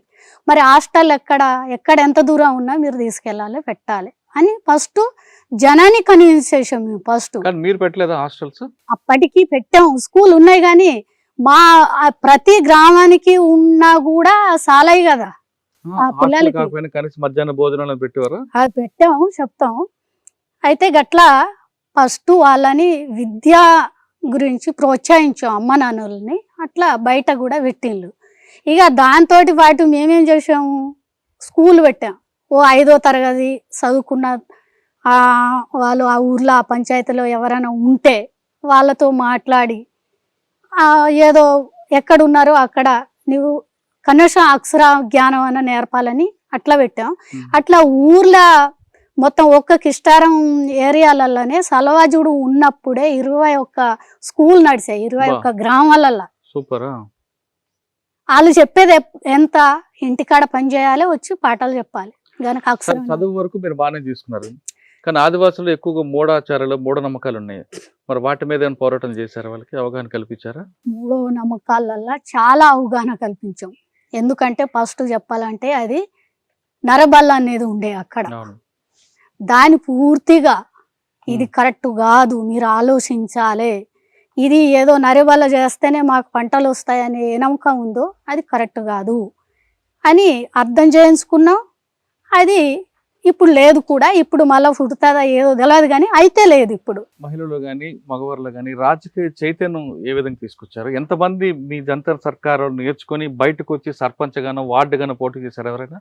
జంతన్ సర్కార్లా అప్పటికి జంతన్ సర్కార్ అక్కడ మంచిగా నడిచేటప్పుడు జంతన్ సర్కార్లో ఉండి మళ్ళా సర్పంచ్ ఇట్లాంటి అక్కడ మొన్నటిదాకా అంత పెద్దగా లేదు. అయితే ఇప్పుడు అక్కడ సర్కారే లేదు గనక ఇప్పుడు చాలా మంది ఉన్నారు. జంతన్ సర్కార్లో ఓ శాఖ నడిపించిన వాళ్ళు ఇప్పుడు సర్పంచ్ అయిండ్లు, వార్డు నంబర్లు అయిండు. మొన్న ఫోన్ చేసి చెప్పిండు నేర్చుకున్నారు అక్కడ నేర్చుకున్నారు. ఎందుకమ్మా మీరు ఆధార్ కార్డు ఎందుకు వద్దన్నారు, వ్యతిరేకించారు? ఆధార్ కార్డుని వ్యతిరేకించింది మేము కాదు, అక్కడ పలు కారణాలు ఉన్నాయి. ఆధార్ కార్డు అనేది అప్పటికే సల్వాజూడం వచ్చింది, జనం జిల్లా సెంటర్కి వెళ్ళటానికి చాలా ఇబ్బందులు. అంటే దీనికి ముఖ్య కారణము ఏంటి, అక్కడ ఉన్న వాళ్ళందరు జంతన్ సర్కార్ ఉన్న వాళ్ళందరు నక్సలైట్లే అన్నట్టు ఓ ముద్ర వేసిండ్రు గనక మరి ఆధార్ కార్డు కోసం ఎవరు పోతారు, ఎక్కడ పోవాలి? పోయిన వాళ్ళని అరెస్ట్ చేసిండ్రు. చింతగుప్పల ఒక క్యాంపు ఏర్పాటు చేసిండ్రు ఆధార్ కార్డు కోసం 2018లో. మేము పోతామన్నారు. ఇక పోవచ్చు, కేంద్ర ప్రభుత్వం తీసుకుంది గనక వెళ్ళండి అన్నాం. మేము కిష్టారం ఏరియా నుండి మేము పంపించాం. అక్కడ నుండి ఓ 10 మంది దాకా జైలు వెళ్ళిండ్రు. ఆధార్ కార్డు వచ్చిందే లేదు, 3 రోజులు అక్కడ ఉన్నారు. కానీ మీకు వద్దన్నా కొంతమంది తెలియకుండా వెళ్ళి మిమ్మల్ని మీకు కండ్లు కప్పి కూడా వెళ్ళి ఆదివాసులు. అది అట్లా కాదు. ఫస్ట్ ఆధార్ కార్డు అనేది అక్కడ మేము చెప్పింది ఏంటి, ఆధార్ కార్డు ఆదివాసులు ఏమైనా విదేశాలు పోతున్నారా? ఆధార్ కార్డు అంటే విదేశాలకు వెళ్తేనే కాదు కదా? కాదు. అవును, వెళ్ళేది లేదే, పౌరుడని గుర్తించడానికి కదా. ఇప్పటిదాకా గుర్తింపు లేదా? ఎన్నో గుర్తింపులు ఉన్నాయి. అక్కడ పుట్టి పెరిగిన వాళ్ళే ఉన్నారు కాబట్టి జనాభా తగ్గట్టు మనం 140 కోట్ల మంది భారతీయులు కాబట్టి ప్రతి ఒక్కరు ఆధార్ కార్డు తప్పనిసరి పెడుతున్నాం. ఓకే, తప్పనిసరి అంటే ఆధార్ కార్డు అంటే కేవలం విదేశాలకు వెళ్ళిన మాత్రమే కాదు కదా, ఇక్కడ అన్నిటికీ కావాలి, ఓటుకు గాని దేనికని కావాలి కదా. ఓటు కావాలి, అన్నిటి కావాలనుకున్నప్పుడు ప్రభుత్వం ఏం చేయాలి? పంచాయతీ సెంటర్ ఎక్కడ ఉందో అక్కడ పోవాలి, అక్కడ పోయి ఇయ్యాలి. దానికి ఒక సెంటర్ నిర్మాణం చేయాలి. సుక్మ పోవాలంటే, కుంట పోవాలంటే ఎట్లా పోవాలి? అందుబాటులో లేదు కాబట్టి. అందుబాటులో లేదు. పోయిన వాళ్ళని కూడా పట్టుకొని జైల్లో పెట్టింది. జైల్లో పెట్టిన తర్వాత మేము ఇక ఆ జనం వాళ్ళే మీటింగ్ చేసిండ్రు, మనం ఇట్లా చేస్తున్నారు కదా, ఇక పోతే ఇట్లా అవుతుంది కదా, ఏంటి ఆధార్ కార్డు తీసుకుందామా వద్దా అంటే ఇక కొంతమంది వద్దన్నారు, కొంతమంది తీసుకున్నాం అన్నారు. తీసుకోవాలనుకున్న వారు పోయిండ్లు, తీసుకున్నారు, అరెస్ట్ అయిన్లు, జైల్లో పాలైన్లు, వచ్చిండ్లు, రకరకాల అయినాయి. మొత్తం పార్టీ అయితే బంద్ పెట్టింది లేదు, ప్రభుత్వం బంద్ పెట్టింది లేదు. అది ఆధార్ కార్డు పక్కన పెడతాం. మీరు పిల్లలకి అక్షర జ్ఞానం నేర్పారంటున్నారు కదా, ఇందులో బుల్లెట్ ద్వారా రాజ్యం వస్తుందన్నా బ్యాలెట్ ద్వారా రాజ్యం వస్తుందని నేర్పారా? ఆ పుస్తకాలల్లా నేను అదే ఇందాక కరకంగూడేది చెప్పేది, ఆ పుస్తకాలల్లా ఎక్కడు బుల్లెట్ అని లేదు. మేము నేర్పిన పుస్తకాలు దండకార్యాన సబ్ కమిటీ అని, అది ఈడీసీ అని ఒక కమిటీ ఉంటుంది, అది పుస్తకాలు తయారు చేసింది. విద్యా విభాగాన్ని, దండకార్యాన విద్యా విభాగాన్ని టీచర్లు ఉంటారు. అది ఫస్ట్ 4వ తరగతి దాకా పుస్తకాలు వచ్చినాయి. తర్వాత ఇక్కడ క్లాసు మేము బయటికి పోము, ఈయనే చదువుకుంటాం, మాకు ఏ జాబ్ వద్దు, మేము చదువుకుంటాం, అక్షర జ్ఞానం నేర్చుకుంటాం, మేము వ్యవసాయం చేసుకుంటాం అనే వాళ్ళని, మరి వాళ్ళు ఈయనే చదువుకుంటాం అంటున్నారు కదా, ఏం చేసుడు అనేదాన్ని మళ్ళా ప్రతిపాదన పెట్టాం. 6వ తరగతి దాకా పుస్తకాలు మళ్ళీ తయారైనాయి. కాకపోతే 8వ తరగతి దాకా అంటే ఇంకా 2 క్లాసులు నుండి పుస్తకాలు ఎక్కడ తెచ్చాం? ప్రభుత్వం తెచ్చిన పుస్తకాలు, సిలబసే. దాంట్లో దేవుడు ఇట్లాంటివి ఉంటాయి చూడు, ఆ పాటలు తీసేసి మిగతా పాటలు చెప్పాం. అక్కడ ఏ బుల్లెట్ లేదు, ఏ దాడి చేయండి అని లేదు, ఏం లేదు. మేము కానీ దండకారణ్యంలో ఎప్పుడైనా ఎన్నికలు జరిగితే కనీసం బుల్లెట్ సౌండ్ లేకుండా మాత్రం ఎప్పుడు ప్రసన్న జరగలేదు. ఎందుకు? మీరే బాక్సులు ఎత్తుకెళ్ళిపోవడం ఇవన్నీ చేస్తుంటారు. అంటే అది పార్టీ తీసుకున్నది నిర్ణయం గనక అది మేమే చేసామని కాదు. పార్టీ ఈ ఎన్నికల వ్యతిరేకంగా ఇది ప్రోగ్రాం తీసుకోవాలని పార్టీ నిర్ణయం గనక దాన్ని జనతా సర్కార్ కూడా పాటించవలసి వస్తుంది. కానీ జనతా సర్కార్ నిర్ణయాలు కొన్ని ప్రజాస్వామిక బద్ధంగా కనిపిస్తున్నాయి, కొన్ని వ్యతిరేకించవచ్చు, కాదనట్లేదు. మావోయిస్ట్ పార్టీ పూర్తిగా సాయుధ పోరాటం అంటుంది. మరి ఇద్దరి మధ్యన కొంచెం గ్యాప్ వస్తుంది. ఆ గ్యాప్ని ఎప్పుడైనా తప్పు అని వాళ్ళని కానీ లేదా రైట్ అని మీరనడం కానీ జరిగింది ఏమన్నా వాదోపాదాలు? వాదాలంటే దీంట్లో మేము కింద పనిచేసేటోళ్ళము, అంటే ఏం పెద్ద వాదన మేము చేయలేదు. పార్టీ మొత్తమే సాయుధ పోరాటం అంటే తుపాకుతోటి రోజు దాడే చేద్దామని ఏం లేదు, ఎక్కడ రాసలేదు కానీ జరిగేవి కదా. అయితే కొన్ని 2016 వరకు దండకారణ్యంలో కాల్పులే జరిగేవి. కాల్పులు జరిగినాయి. ఆ కాల్పులు ఎలాంటి? పోలీసు వాళ్ళు వచ్చి అడవిలో మావోయిస్టులు ఉన్న దగ్గర వచ్చి దాడి చేసేటప్పుడు, ప్రతి దాడి చేసినప్పుడు ఎక్కువ దాడులు జరిగినాయా, లేకుంటే పోలీస్ క్యాంపులలో పోయి దాడి చేసినాయి ఎన్ని అవి లెక్క పెడితే క్యాంపుల్లో కూడా జరిగే. ఇప్పుడు కోరాపుట్ దగ్గర ఉంది, రాయగడ ఉంది, అది చాలా తక్కువ. దాంట్లో 76 మంది ఒక దగ్గర చనిపోతారు. 76 మంది చనిపోయింది ఇక్కడ జవురుగుండలనే. వాళ్ళు ఎక్కడ మనిషి చనిపోయారా లేదా అన్నది ఒకటి. రెండోది దర్బాంగా ఒక ఘాట్ ఉంటుంది, దర్బా ఘాట్, అక్కడ వీసీ శుక్లా వీళ్ళందరూ చనిపోతారు. అదేవిధంగా పార్టీ కూడా విపరీత నష్టాలు జరిగాయి. బసవరాజు లాంటి చనిపోవడం కానీ, బసవరాజు చుట్టూ ఉన్న వాళ్ళు చనిపోవడం కానీ, చాలా మంది ఇప్పుడు మన ఇక్కడున్న ప్లేస్ ఆయన కూడా అందులో చనిపోయారు. ఇవన్నీ మరి నష్టం కదా? నష్టమని ఇక నష్టం కాదని, వాళ్ళు మనుషులే మనం మనుషులం కదా, మన మధ్యన రక్తపాతాలు ఎందుకు? రక్తపాతాలు చేసింది మావోయిస్టులే కాదు, ఫస్ట్ సృష్టించింది ప్రభుత్వమే. సంపటం మొదలు పెట్టింది ప్రభుత్వమే, క్యాంపులు పెట్టింది ప్రభుత్వమే, దాడులు చేసింది ఫస్ట్ ప్రభుత్వం. దానికి మేము చేసింది, మా పార్టీ చేసింది ప్రతి దాడే గనక. యుద్ధం అనేది పక్క దేశాలతో వస్తుంది తప్ప మనలో మనకు రాదు కదా. యుద్ధం అనేది రాదు, మేము కావాలని చేసింది లేదు. సరే, మీ పిల్లలకి మీరు నేర్పిన స్కూల్లో పిల్లలకి భారతదేశానికి శత్రుదేశం ఏమి నేర్పారు? భారతదేశం శత్రుదేశం అని కానీ ఇంకొక భారతదేశానికి శత్రుదేశం ఏ దేశం అని నేర్పారు? మేము అప్పటికే పక్క దేశాలు కూడా ఇవి శత్రు అది మిత్రు అని కాదు. మేము చెప్పింది ఏంటి, ఏ దేశంలో శత్రుత్వం ఉన్నా కూడా మేము చెప్పేది, మేము ఆ పాఠాలల్లో కానీ ఆ జనతా సర్కార్ల విధాన కార్యక్రమంలో రాసింది కూడా పక్క దేశాలతోటి మనం కలిసి కట్టుగా చేయాలి. అక్కడ ఏమైనా సమస్య ఉంటే మేము వాటితోటి మనం పరిష్కరిస్తామని ఇట్లా ఉంటుంది. కానీ చెప్పడం మంచిదే, కానీ పక్క దేశాలు మనం కవ్వించి మన మీద దాడులు చేసి మనల్ని చంపుతున్నప్పుడు మనం ఇంకా కలిసిమెలిసి పనిచేయాలా? మన మీద దాడి చేసింది ఎట్లాంటి దాడి ఏంటి దాన్ని పరిశీలించి వాళ్ళతోటి ఇప్పుడు మోదీ చేసింది కూడా గదే కదా. ఏమన్నా ఇక్కడ వాళ్ళు దాడి చేసిందని వీడు దాడి చేస్తే అక్కడికి సరిపోయిందా? పోలేదే.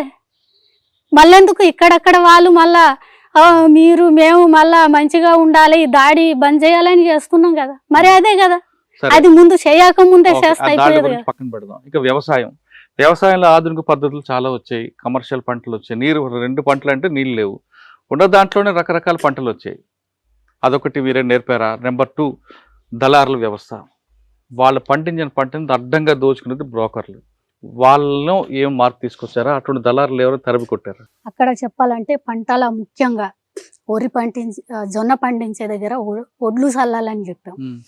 ఒడ్లు పండించేది వచ్చింది. తర్వాత నాట్లు వేయమని చెప్పాం.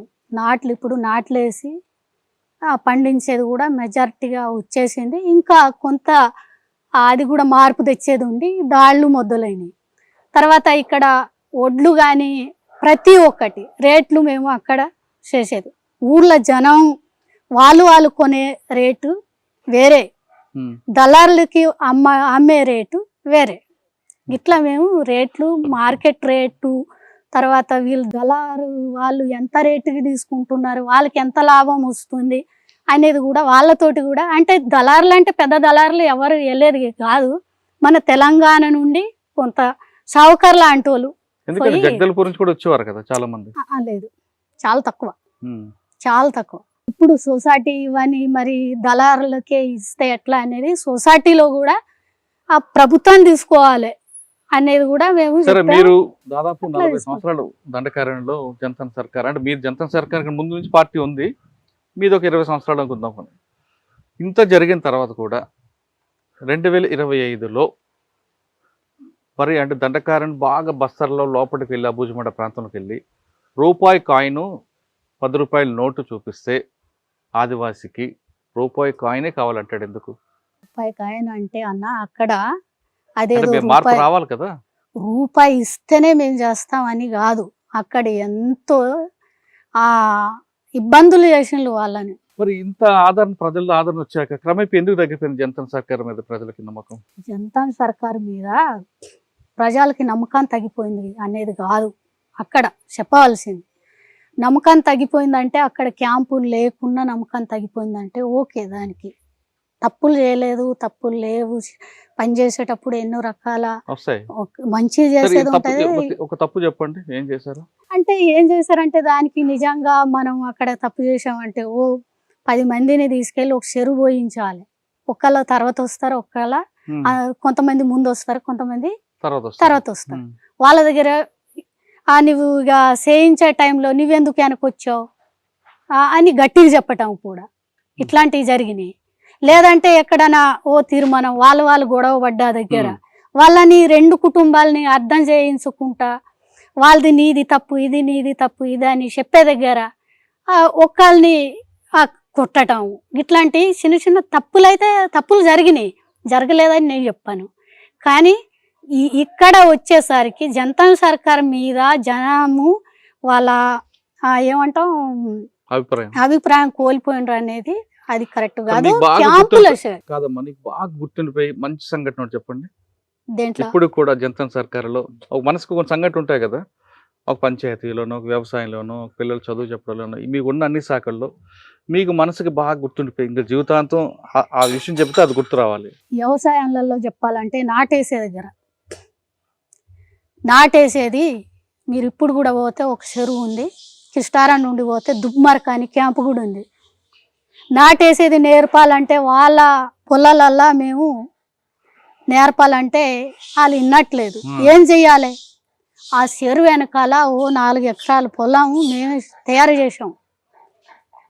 చేసి అక్కడ నాటేసుడు నేర్పాం మేము. నాటు పోసుడు ఎట్లా, అది పెరిగాక నాటు వేసుడు ఎట్లా, మళ్ళు కట్టుడు ఎట్లా, నీళ్లు పెట్టుడు. పాటలు ఏం పాడలేదు కానీ ఊరోళ్ళని జమ చేసి వాళ్ళ చేతులలో మేము దగ్గరుండి ఇక్కడ నాటేసే వాళ్ళని కొంతమందిని తీసుకెళ్ళి వాళ్ళని జమ చేసి వీళ్ళు నాటేసేటప్పుడు వాళ్ళు చూసి వాళ్ళు వేసుడు మొదలు పెట్టిండ్రు. అది బాగా గుర్తుంది.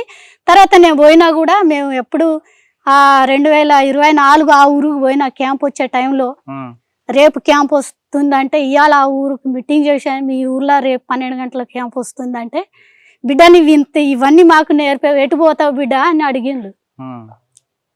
అది ఒకటి మేము వ్యవసాయం డెవలప్మెంట్ చేసే దగ్గర ఇట్లాంటి కార్యక్రమాలు తీసుకున్నాం. స్కూల్ అన్నప్పుడు టీచర్లు చెప్పటమే కాదు కదా, అక్కడ పోయి మేము కూడా ఒక పద్ధతులు ఎట్లా ఉండాలి, ఎట్లా నేర్చుకోవాలి, మనం ఎట్లా గౌరవించాలి పెద్దోళ్ళని అనే దగ్గర నుండి మొదలు పెట్టి ఊర్లో అన్నిటికంటే గుర్తుండేది ఏంటి అంటే 2024 ఎట్లయినా 25లో జనతా సర్కార్ ఇక్కడ ఉండదు, క్యాంపులు అన్నిటికీ వచ్చేస్తాయి. అంటే మొత్తం 4 ఆశ్రమాలు ఉంటాయి. అప్పటికి అంతకు ముందు 7 ఉండే డివిజన్ మొత్తం. ఇక నిర్బంధం వచ్చిన కొద్దీ అవి క్రమంగా తగ్గిపోయినాయి. ఇక పిల్లల్ని కూడా మేము ఎక్కువ మందిని పెట్టుకోలేదు, దాడి చేసిన గనక 4 ఉండే 4 ఆశ్రమం పిల్లల్ని ఒకే చోట జమ చేసి వాళ్ళకు ఇక కార్యక్రమాలు పెట్టాం. లాస్ట్ ఆడుకునే ప్రోగ్రాం అంటే వాలీబాల్, వాళ్ళు నాట్యం చేసుడు, లాస్ట్ గనక అంటే ఫేర్వెల్ లాగా. ఆ, హ్మ్. అది చేసేసరికి వాళ్ళు లాస్ట్ వాళ్ళందరూ విడిపోయే టైంలో ఇట్లాగానే ఇన్ని సంవత్సరాలు చేసి ఉంటే బాగుండేదని ఇక వాళ్ళు ఇట్లా పట్టుకొని ఏడవటం ఓ, ఇక ఇవన్నీ చేసి లాస్ట్కు ఆ మిఠాయి తిని విడిపోయిన అన్నట్టు. అచ్చా. అదొక బాగా మాకు గుర్తుండిపోయేది. సరే, జనతా సర్కార్కు పక్కన పెడదాం కాసేపు. నిర్బంధం, ఒకవైపు దాడులు, ఒకవైపు ఎన్కౌంటర్లు, ఇవన్నీ చూస్తున్నప్పుడు ఏమనిపించిందమ్మా? మనం బయట పడతాం అనిపించిందా, లేదా ఇక్కడే మనం ప్రాణాలను కోల్పోతాం అనిపించింది? నిర్బంధం అనేది ఇక నేను అంతకుముందు అదేది జనజాగరం ఇదని చెప్పిండ్రు నాకు తెలియదు. అయితే నాకు నిర్బంధం ఎదురైంది అనేది ఇక్కడ సల్వాజూడం వచ్చినాకనే. ఇక మొట్టమొదటి మేము సల్వాజూడం వచ్చినప్పుడు కూడా నేను అదే రోజు మా ఊరికి వచ్చి ఉంటేనే ఆ రోజు మా ఊరు మీద దాడి చేసిండ్రు 2007 మార్చి 1వ తారీఖు నాడు. అదే రోజు మా ఇల్లు కాలబెట్టిండ్రు. అప్పటి నుండి దాడి అనేది మొదలైంది. ఇక అప్పుడప్పుడు మధ్యలో దాడి జరిగేది, ఇవన్నీ చూసాం. హ్మ్. జనాన్ని చంపింది ఇవన్నీ చూసాం, ఇల్లు కాలబెట్టిందని చూసాం. కానీ ఏ రోజు నేను చనిపోతా ఇక్కడ బతకలేను అనేది అయితే నాకైతే ఏ రోజులా రాలేదు. కుటుంబం కూడా నువ్వు రావాలి అక్కడ ఎందుకున్నావని ఏ రోజు అనలేదు నన్ను. నేను కూడా రావాలని అనలేదు. లాస్ట్ కర్రెగుట్ట దాడి అప్పుడు కూడా కర్రెగుట్ట నుండి ఆ దాడి నుండి కిందికి దిగి అప్పుడు మేము పశ్చిమ బస్తాలో పోయినా అక్కడ కూడా 8 సార్లు తప్పించుకున్నాం. 3 సార్లు ఫైరింగ్ అయింది. ఓ 4 కామ్రేడ్స్ అమరులైన్లు, ఓ 8 మంది గాయపడ్డారు. దండకారణలు సుదీర్ఘ ప్రయాణంలో కర్రెగొట్ల ఆపరేషన్లు ఇవన్నీ కాకుండా గంగమ్మ సోనుగా మారిన తర్వాత మీ వివాహం ఎవరు పార్టీ నిర్ణయించిందా, చందర్ నిర్ణయించారు? సందర్ కాదు, సోని కాదు, పార్టీయా? అయితే సందర్ ప్రపోజల్ చేసిండు. పార్టీ నన్ను అడిగింది. తర్వాత నేను దీంట్లో చెప్పదలసింది ఏంటంటే, నేను ఇంటికాడ ఉన్నప్పుడే మహిళా సంఘాలలో పనిచేశాను. అసలు ఈ పెళ్ళే నాకు వద్దు, ఇది ఎట్లాంటి సమాజం, ఇట్లా మహిళలకి ఇంత ఇక రకరకాలుగా మహిళల్ని ఇబ్బంది చేసుడు ఉంది, అసలు ఎందుకు మరి పెళ్లి వద్దు అనుకున్నామే, మరి చంద్రను తీసుకున్నామ్మా చెప్తున్నా అని అనుకొని తర్వాత పార్టీలో పోయినప్పుడు కూడా నేను చాలా సంవత్సరాలు పెళ్లి నిర్ణయం దేనికి రాలే. చందన్ని చేసుకుంటానని కూడా నేను ఏ రోజు అనుకోలే, వేరే వాడిని చేసుకుంటానని కూడా అనుకోలే. పార్టీ నన్ను అడిగింది, మేము ఇంతమంది మొత్తం మేము ఒప్పుకున్నాం, నువ్వు ఒక్కనే ఒప్పుకునేది ఉంది, ఆలోచించగలవు మా కోసమైనా అని అమరుడైన రామన్న, తర్వాత కటకం సుదర్శన్, గణేష్ ఉయికే, వీళ్ళందరూ నన్ను కూర్చోబెట్టి మాట్లాడిండ్రు. తర్వాత పార్టీ నిర్ణయం నా నిర్ణయం అని, మీరు ఒప్పుకుంటే నేను ఒప్పుకుంటా, అంతేనాది, ఇక వేరే ఏం లేదు. అంటే జనతా సర్కార్ ప్రెసిడెంట్ కి వీళ్ళందరూ కూర్చోబెట్టారు, ఒప్పించారు. మీ పెళ్లికి కూడా వీళ్ళందరూ కూర్చోబెట్టి ఒప్పించారు. పెళ్లి జరిపింది కూడా కటకం సుదర్శన్. నేను నీకు నాన్నగా దగ్గర ఉంటాను, నేనే నాన్ననుకో అన్నాడు. నేను నిన్ను ఒప్పించాను కనుక నేను ఉంటా పెళ్లి చేసే దగ్గర అన్నాడు. తను ఉండి పెళ్లి చేసి. ఏ సంవత్సరంలో? 2019 మే. ఎక్కడ జరిగింది అది? పామిడి ఏరియాలోనే, మన అది పాలగూడెం అనే గ్రామం. దండకారణ్యం అనగానే ముందు హిడ్మా అందరు గుర్తుకొస్తుంటారు. మీకు ఎప్పుడైనా కనపడ్డాడమ్మా? ఇడుమా మేము ఎప్పటికీ కలిసేది, ఇడుమానికి ఎప్పటికీ కలిసేది. నేను వాటిలో వెళ్ళిన కానుండి ఆయన ఆ కిస్టారం ఏరియాలోనే ఎక్కువ ఉండేది, ఎక్కువ పనిచేసేది. నేను ఎప్పటికీ కలిసేది, నన్ను పిలిచేది, కలిసేది, మాట్లాడేది, మంచిగానే ఉండేది, మంచిగా మాట్లాడేది. జనతా సర్కార్ పట్ల ఆయనకి ఉన్న అభిప్రాయం ఏంటి? ఇక నాకు చాలా అంటే జనంలో వచ్చేది ఏంటి, ఎట్లాంటి మార్పులు తీసుకురావాలి, జనం ఏం కోరుతున్నారు, ఇక తను తిరిగేటప్పుడు జనంలో వస్తాయి అప్పుడప్పుడు అక్కడక్కడ, ఎక్కడ ఒక చోట చెరువు పోయాలని, ఇంకెక్కడ ఒక చోట బావి అవసరం ఉంది, వాళ్ళకు నీటి అవసరం ఉంది, ఇట్లాంటివి తనకు గుర్తుకొచ్చినాయి. తనకు ఇక కనపడ్డాయని కూడా నన్ను పిలిచి అక్కడ ఇది చెయ్యాలి, ఇట్లా చెయ్యాలి, నువ్వు ఆ జనంతో మాట్లాడాలి, నువ్వు వాడికి పోవాలని కూడా మంచిగా చెప్పేది, పంపేది కూడా. ఆయన చెప్పేటట్టు నేను కూడా పోయేది. పార్టీకి సంబంధించింది చాలా పెద్ద పెద్ద వాళ్ళందరితో మీరు పరిచయాలు ఉన్నాయి. ముఖ్యంగా మల్లాజు వేణుగోపాల్ గారు, అదేవిధంగా మన ముప్పాల గణప లక్ష్మణరావు గారు, వీళ్ళందరిలో ఎవరు మీకు బాగా ఇష్టం? మీరు కట్టుకున్న సుదర్శన్ చూశారు, లక్ష్మణరావు గారిని చూశారు, చాలా పెద్ద పెద్ద నాయకులు అందరూ చూశారు. అందరితో అంటే కట్టుకున్న సుదర్శన్ అంటే మీకు తండ్రి లాంటి అని చెప్పారు కాబట్టి, మిగతా వాళ్ళలో ఎవరు మీకు బాగా ఇష్టం? నేను ఏ నాయకుని చిన్నోడు గొప్పగా నేను చూడలేదు. నాతో మాట్లాడే టైంలో అందరు నాతో మంచిగానే మాట్లాడేది. ఎవరెవరు మాట్లాడారు మీకు? నాతో ఇప్పుడు వచ్చిన దేవ్జీ గారు మాట్లాడేది, గణేష్ ఉయికే మాట్లాడేది, మన గాజరాల గణేష్ అన్న మాట్లాడేది, తర్వాత వేణుగోపాల్ మాట్లాడేది. వేణుగోపాల్ ప్రత్యేకంగా ఆసన్న ఉండేది ఎక్కువ. మా ఉత్తర బస్తాల్లో కనుక నేను ఎక్కువ ఆయనతో కలిసింది లేదు. అయితే నేను అటు జంతన సర్కార్ మీటింగ్ అని వెళ్తే 1-2 సార్లు అట్లా కలిసిండు, కానీ ఎక్కువ ఆయనతో కూర్చొని మాట్లాడింది లేదు. అయితే గణేష్ ఉయికే, గణేష్ అన్న, తర్వాత ఇక కట్కం సుదర్శను, వేణుగోపాల్, రాజుదాదా, కోసదాదా, ఇక తర్వాత మన గణపతి, వీళ్ళందరితో మంది కలిసిన గణపతి గారు మీరంటే ఎందుకు ఇష్టం? అందరు ఇష్టం, తను కూడా ఇష్టం. ఎందుకంటే జంతన సర్కార్లలో ఫస్ట్ నుండి నేను పని చేసుకుంటూ వస్తున్నా. ఇక దాన్ని నడిపించేది ఎట్లా అని నువ్వు నేర్చుకున్నావు, నువ్వు నడిపించగలవు అనేది ఎక్కువ ఇష్టపడేది. మీరు చెప్పిన పేర్లో 2-3 తప్ప మిగతా అందరూ ఆయన అమరులయ్యారు. ఆ వార్త విన్నప్పుడు ఏమనిపించింది? బాధ అయింది, తట్టుకోలేనంత బాధ.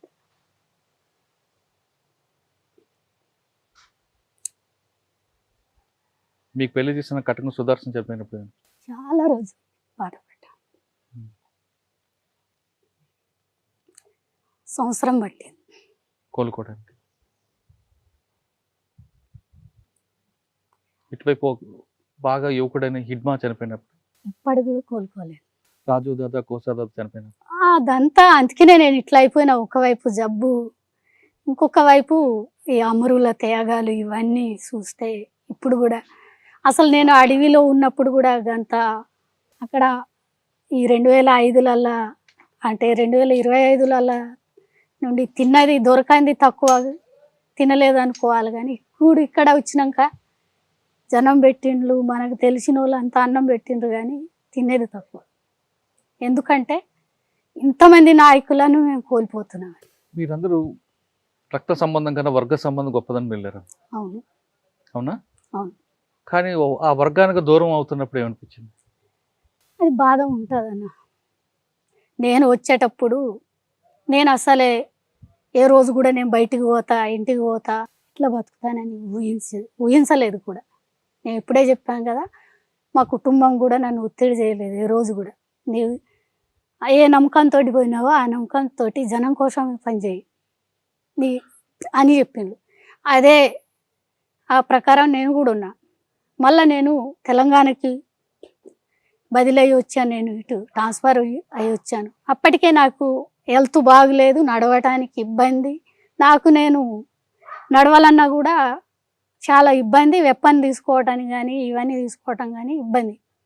ఇక్కడికి వచ్చేసరికి జ్వరం అని నేను ఎప్పటికీ జ్వరం మందులే తినేది, కానీ నాకు లివర్ ప్రాబ్లం వచ్చిందని తెలియదు. ఇక్కడికి వచ్చాక పరీక్షలు చేయించినాక లివర్లో ప్రాబ్లం వచ్చింది. అది ఎంత మేరకు ఉందని తెలియదు. అయితే బయటికే పంపాలి, లేదంటే కష్టం అనేసరికి అప్పుడు ఇక్కడ కమిటీ నువ్వే ఆలోచించు. ఇక్కడ ఈ పరిస్థితి నేను 2012లో పట్టుకున్నా. నేర్చుకున్నారా? పట్టుకోవడం నేర్చుకున్నారా? నేర్చుకున్నా. ఎవరి మీద కాల్చారు? ఎవరి మీద కాదు, మేము అప్పుడు కర్రెగుట్ట నుండి పశ్చిమ బస్తర్ పోయిన టైంలో అక్కడ ఏకేపోటి శవాన్ని ఉండే నాకు. అక్కడ పశ్చిమ బస్తర్ ఫస్ట్ దాడి జరిగినప్పుడు నాకు ఏం అర్థం కాలే.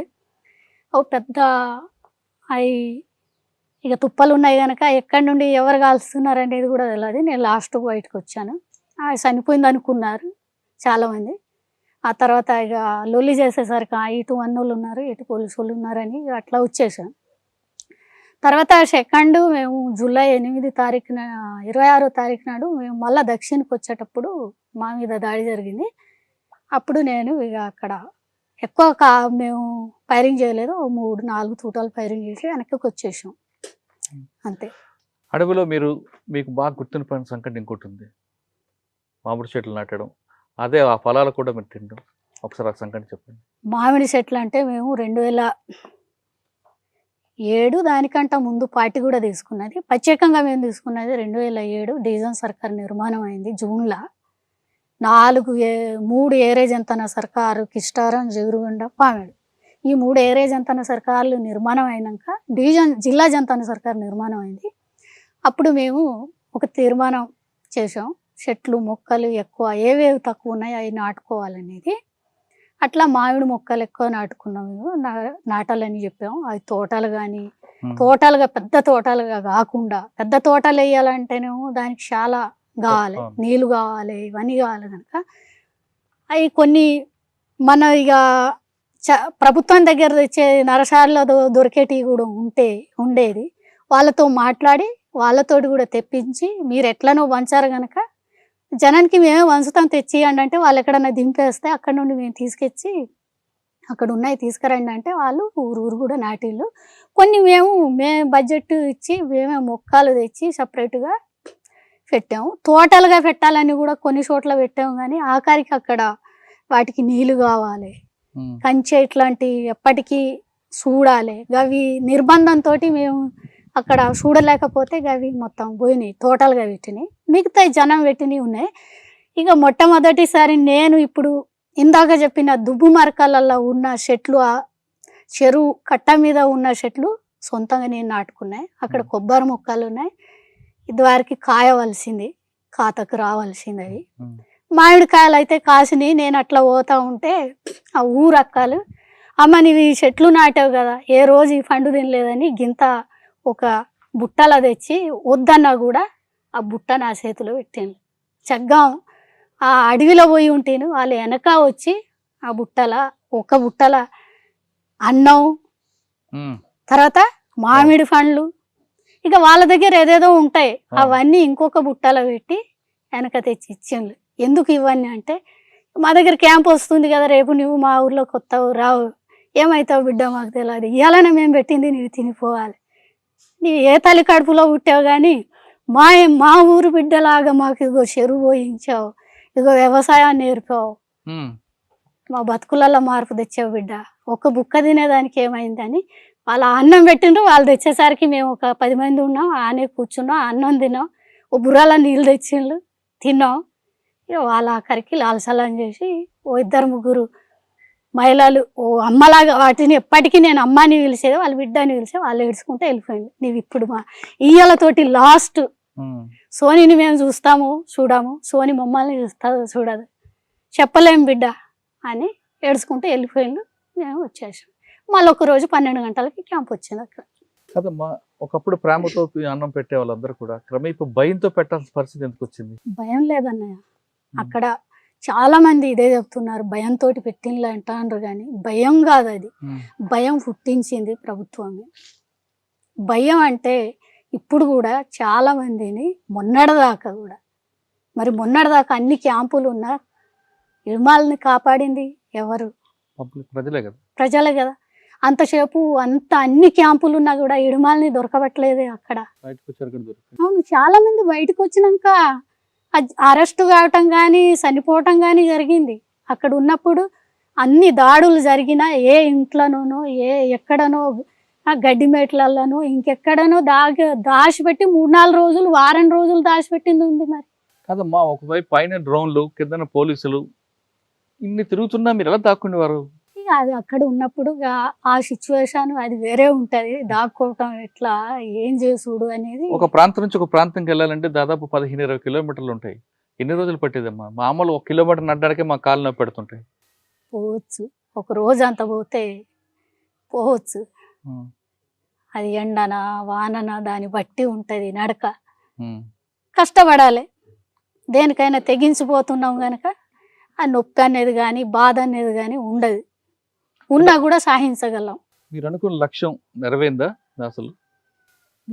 నేను చెప్పిన ఇంకొకళ్ళు చెప్పిన ఓ మేరకు జనానికి నా వంతు నేను వాళ్ళకు ఎలాంటి స్వార్థం లేకుండా పనిచేశాననేదే నా ఫీలింగ్. అంటే నేను నా లక్ష్యాన్ని నెరవేర్చాను, నా లక్ష్యం సాధించానని నేను చెప్పట్లేదు, అది పార్టీ కూడా చెప్పదు. మీరు అనుకున్నది కొంత మేరకు సాధించారు మీరు అనుకుంటున్నారు, కానీ మీకు జన్మనిచ్చిన కుటుంబానికి ఏమైనా ఆదుకున్నారా? నేను ఇంతవరకు ఏం ఆదుకోలేదు. అదే ఏరియాలో తిరిగేది, కానీ మా కుటుంబాన్ని 2012లో కలిశాను, గంతే. అంటే మరి మీకు జన్మనిచ్చిన వాళ్ళకి మీరు రుణం తీర్చుకోరా? తీర్చుకోవాలి. కానీ నేను వచ్చిందే జనం కోసమని. అట్లాంటి నా కుటుంబంలాగా ఎంతోమంది జనం అమ్మాలు నాన్నోళ్ళు ఉన్నారు, బాధపడుతున్నారు. అందులో నా కుటుంబం ఒక భాగం, వాళ్ళు కూడా సభ్యులు అనుకుంటా. ఎందుకు మా బయటికి రావాల్సింది? అనారోగ్య సమస్యలా లేదంటే ఆపరేషన్ కగారు ప్రారంభమైందని? అట్లాంటిది ఏం లేదు. లాస్ట్ చివరి దాకా కూడా నేను ఇప్పుడు ఈ లివారీ సమస్య వచ్చింది, ఇన్ఫెక్షన్ అయిందని డాక్టర్ చెప్పేదాకా కూడా నేను మందులు తిని నాకు అక్కడే నయం అవుతుందేమో, నాకు మందులు తెప్పించండి అని నేను వాదించేదాన్ని. ఇక్కడ తెలంగాణకు వచ్చినప్పుడు కూడా బయటికి రాకముందు ఓ 2-3 రోజులు తర్వాత నువ్వే ఆలోచించాలని వాటి చెప్పింది దామోదారు కూడా చెప్పింది. నువ్వు ఆలోచించాలి, ఏ ఊర్లో పెడతావు, ఊర్లో పెట్టినా నువ్వు అరెస్ట్ అవుతావు, నువ్వు టార్గెట్, బయటికి పంపినా అరెస్ట్ అవుతావు, నువ్వే ఆలోచించు. అయితే నేను పార్టీని వదిలిపెట్టి ఎట్లా పోవాలి? ఇన్ని సంవత్సరాలు పనిచేసి, బాల్యం నుండి ఇన్ని సంవత్సరాలు పనిచేసి వదిలిపెట్టి ఎట్లా పోవాలి? నేను నా కుటుంబాన్ని వదిలిపెట్టి వచ్చింది చాలా. అప్పుడు నేను నా కుటుంబాన్ని వదిలిపెడుతున్నా అనేది ఏ బాధ లేదు, కానీ ఇయ్యాలైతే మొత్తానికి ఈ బాధ నేను తట్టుకోలేను. నేను పోను, ఇప్పుడు పోయి ఏడ బతకాలి, ఏం చేయాలి అని నేను చాలా సేపు మొండిగా ఉన్నా. అయితే నువ్వే ఆలోచించాలి, నీ నిర్ణయం ప్రకారం మేము ఆలోచిస్తాం. ఇక్కడైతే నువ్వు బతకలేవు, అరెస్ట్ అయితే ట్రీట్మెంట్ మంచిగా జరగదు, నువ్వు ఆలోచించు అనేసరికి నేను అక్కడ ఉన్నానంటే నాతో 10 మంది ఉండాలి, వాళ్ళని ఎందుకు ఇబ్బంది పెట్టాలి నా కోసం అంటే నన్ను మొయ్యడము ఇది అది చేయవలసి వస్తుంది. ఇదంతా నా కోసం 10 మంది సావటం ఎందుకు వాళ్ళకి ఈ టైంలో? అదేదో ఇక్కడ దాడి జరగదని కాదు, ఇక్కడ కూడా రేపు దాడి జరుగుతుంది. నా కోసం వాళ్ళని బాధ పెట్టొద్దు, సరే పార్టీ అనుకున్నట్టు నేను పోతా అని ఆఖరి నిర్ణయం తీసుకొని నేను చెప్పేసరికి నేను ఏ రోజు చెప్పానో అదే రోజు ఏపీడి పెట్టి పంపించింది. లేటు కూడా చేయలే. ఈమె మళ్ళీ తర్వాత బోన అంటది. ఎక్కడ పెట్టారు రేపటి మీకు? అది నాకు తెలియదు, ఎక్కడ అనేది కూడా తెలియదు. అడవిలోంచి బయటికి రావడానికి ఎన్ని గంటలు పట్టింది? నాకు అప్పటికి నేను గడియారం ఇవన్నీ ఇచ్చి వచ్చేసాను. పోతున్నాననే మాట ఎప్పుడు అట్లా కమిటీ ముందు పెట్టాను, అప్పటి నుండి నేను అన్నమే బంద్ పెట్టాను. ఎన్ని గంటలు పట్టింది రోడ్డు మీద రావడానికి? నేను టైం ఏం చూడలేదన్న. రోడ్డు మీకు వచ్చి వెంటనే పోలీస్ స్టేషన్కి వచ్చారా? ఇక పోలీసులకు రావటం అంటే ఎట్లా రావటం అన్నది ఇక నాకు తెలియదు. ఆ నైట్ తీసుకొచ్చిండ్రు, ఎక్కడి నుండి తీసుకొచ్చిండ్రో ఏందో నాకైతే తెలియదు. నేను అట్లా ఆ వెహికల్ మీద కూర్చున్నాడంటే ఇక హైదరాబాద్ వెళ్ళేదాకా నాకు తెలియదు. వచ్చిన తర్వాత ఒకప్పుడు ఆ ఊరు వెళ్ళారా మీరు? పుట్టిన ఊరికి ఇంతవరకు పోలేదు. బయట ప్రపంచం చూసారు, ఏమనిపిస్తుంది హైదరాబాద్ చూడగానే? హైదరాబాద్ నేను ఇంటికాడ ఉన్నప్పుడు కూడా చూశాను 2-3 సార్లు. అవునా? హాస్పిటల్ కానీ ఇంటికాడ ఉన్నప్పుడు, పార్టీకి వెళ్ళినప్పుడు కాదు, ఇంటికాడ ఉన్నప్పుడు. అప్పటికి మార్పు వచ్చిందా? మార్పు ఉంది, మార్పు లేదని మనం చెప్పాము. సమాజంలో కొన్ని మార్పులు వచ్చినాయి, మార్పులు ఉన్నాయి. కాకపోతే ఇంకా పేదవాళ్ళు కూడా ఉన్నారు దాంట్లో. అది ఇప్పుడు ఉంటారు కాదమ్మా. పార్టీ ప్రజలు దూరం అవడానికి ముఖ్యంగా వాళ్ళు ఎంచుకున్న లైన్ అనేది కరెక్ట్ కాదు, అది ఎప్పుడుదో లైన్, ఇప్పుడు ఇంకా అదే ఉంటున్నారు కాబట్టి దూరం పెరిగింది అంటారు. మీరేమంటారు? నేను అది ఇప్పటిదాకా పై కమిటీ వాళ్ళు చెప్తున్నారు, నేను దాంట్లో పోలేదు, నేను చెప్పను కూడా. అది నా పరిధి కాదు, నా జనతా సర్కార్ పరిధి కనుక నేను ఇది చెప్తా కానీ అటుపోదు. సరే, చివరిగా చెప్పండి. జనతా సర్కార్లో మహిళలందరికీ ఒక దగ్గర తీసుకొచ్చి వాళ్ళలో రాజకీయ చైతన్యం కల్పించడం కానీ వాళ్ళ కాళ్ళ మీద వాళ్ళు నిలబడ్డ విధంగా తయారు చేశారు. ఇప్పుడు బయటకు వచ్చిన తర్వాత అదే కార్యక్రమం చేపడతారా, లేదు మీ ఆరోగ్యం అంతా జాగ్రత్త తీసుకొని అమ్మా నాన్నకి చంద్రతో పాటు హాయిగా ఉంటారు? నేను హాయిగా ఉండాలని ఏ రోజు కూడా అనుకోలేదు. నాకు ఎంత చేతన అవుతుందో అంత మళ్ళీ ఆ ప్రజల దగ్గర పోయి పనిచేయాలనుకుంటున్నాను నేను ఇప్పటికీ కూడా. వాళ్ళకి ఏ సమస్య ఉంది, ఎంత మేరకు నేను చేయగలను, ఒక్క ఊరికి చేయగలనా, లేకుంటే ఒక 10 ఊర్లకు చేయగలనా, ఏ పని చేయగలను కదా, ఇప్పుడున్న ప్రాంతాల్లో కూడా చేయొచ్చు కదా. ఏ ప్రాంతంలో అయినా చేస్తా కానీ ఇక నాకు అక్కడే పోయి చేయాలనుకుంటున్నా. నాకు అంటే క్యాంపులు ఉంటుండగా కూడా, క్యాంపులు ఉన్నా నేనేమన్నా తుపాకు పట్టుకొని పోతాను అక్కడ, ఇప్పుడు మాట్లాడతా అంతే. దానికి ఇక మళ్ళీ క్యాంప్ ఏంటి, ఇంకొకటి ఏంటి, క్యాంపే అయితే ఇక భారత ప్రభుత్వమే రమ్మని పిలిచింది కదా, మళ్ళీ ఇంకా క్యాంప్ ఎందుకు? క్యాంప్ ఉండని. అంటే మీరు తిరిగిన ప్రాంతాలన్నీ సో చూడాలనుకుంటున్నారు, వాళ్ళతో మాట్లాడాలని. మాట్లాడాలనిపిస్తుంది, చూడాలనిపిస్తుంది. ఆ, నా కుటుంబాన్ని ఇప్పుడు చూస్తానా రేపు చూస్తానా అని లేదు, కానీ జనాన్ని చూడాలని అయితే మొత్తానికి ఉంది. ఎన్ని సంవత్సరాలు అమ్మ అక్కడ ఉంటారు మీరు? నేను 20 సంవత్సరాలు పనిచేస్తున్నాను. ఉమ్. సేమ్ 2004 అక్టోబర్లో పోయినా, మళ్ళీ 2025 అక్టోబర్లో వచ్చా. రక్త సంబంధం కన్నా వర్గ సంబంధం గొప్పది అంటున్నారు గంగా అలియాస్ సోని. 20 సంవత్సరాల పాటు దండకారులు ఉన్నాను, ఆదివాసుల అభిమానం కోరుకున్నాను, బయటకు వచ్చాను, తన ఆరోగ్య సమస్యలు బాగుంటే మరొకసారి అక్కడికి వెళ్ళి వాళ్ళతోనే పనిచేసి వాళ్ళతోనే తిరగాలన్నది ఆమె కోరిక. ఇది ఈ వారం గంగతో అలియాస్ సోనితో ఎక్సలెంట్ ఇంటర్వ్యూ. వచ్చే వారం మరొక ఇష్టం మళ్ళీ కలుద్దాం. అంత నమస్తే నమస్తే, మన కోరిక నెరవేరాలని కోరుకుందాం. iDreams, this police diaries is something very, very valuable towards that. I must really appreciate Murali, your insights. iDreams founder and CEO చిన్న వాసుదేవ్ రెడ్డి గారితో మురళీధర్ క్రైమ్ స్టోరీస్ చాలా ఫేమస్ అయిపోయినాయి. Gautam Savan garu and Satyanar sir. Good. Well done. I congratulate him for doing so well, and I congratulate him his boss also. So well.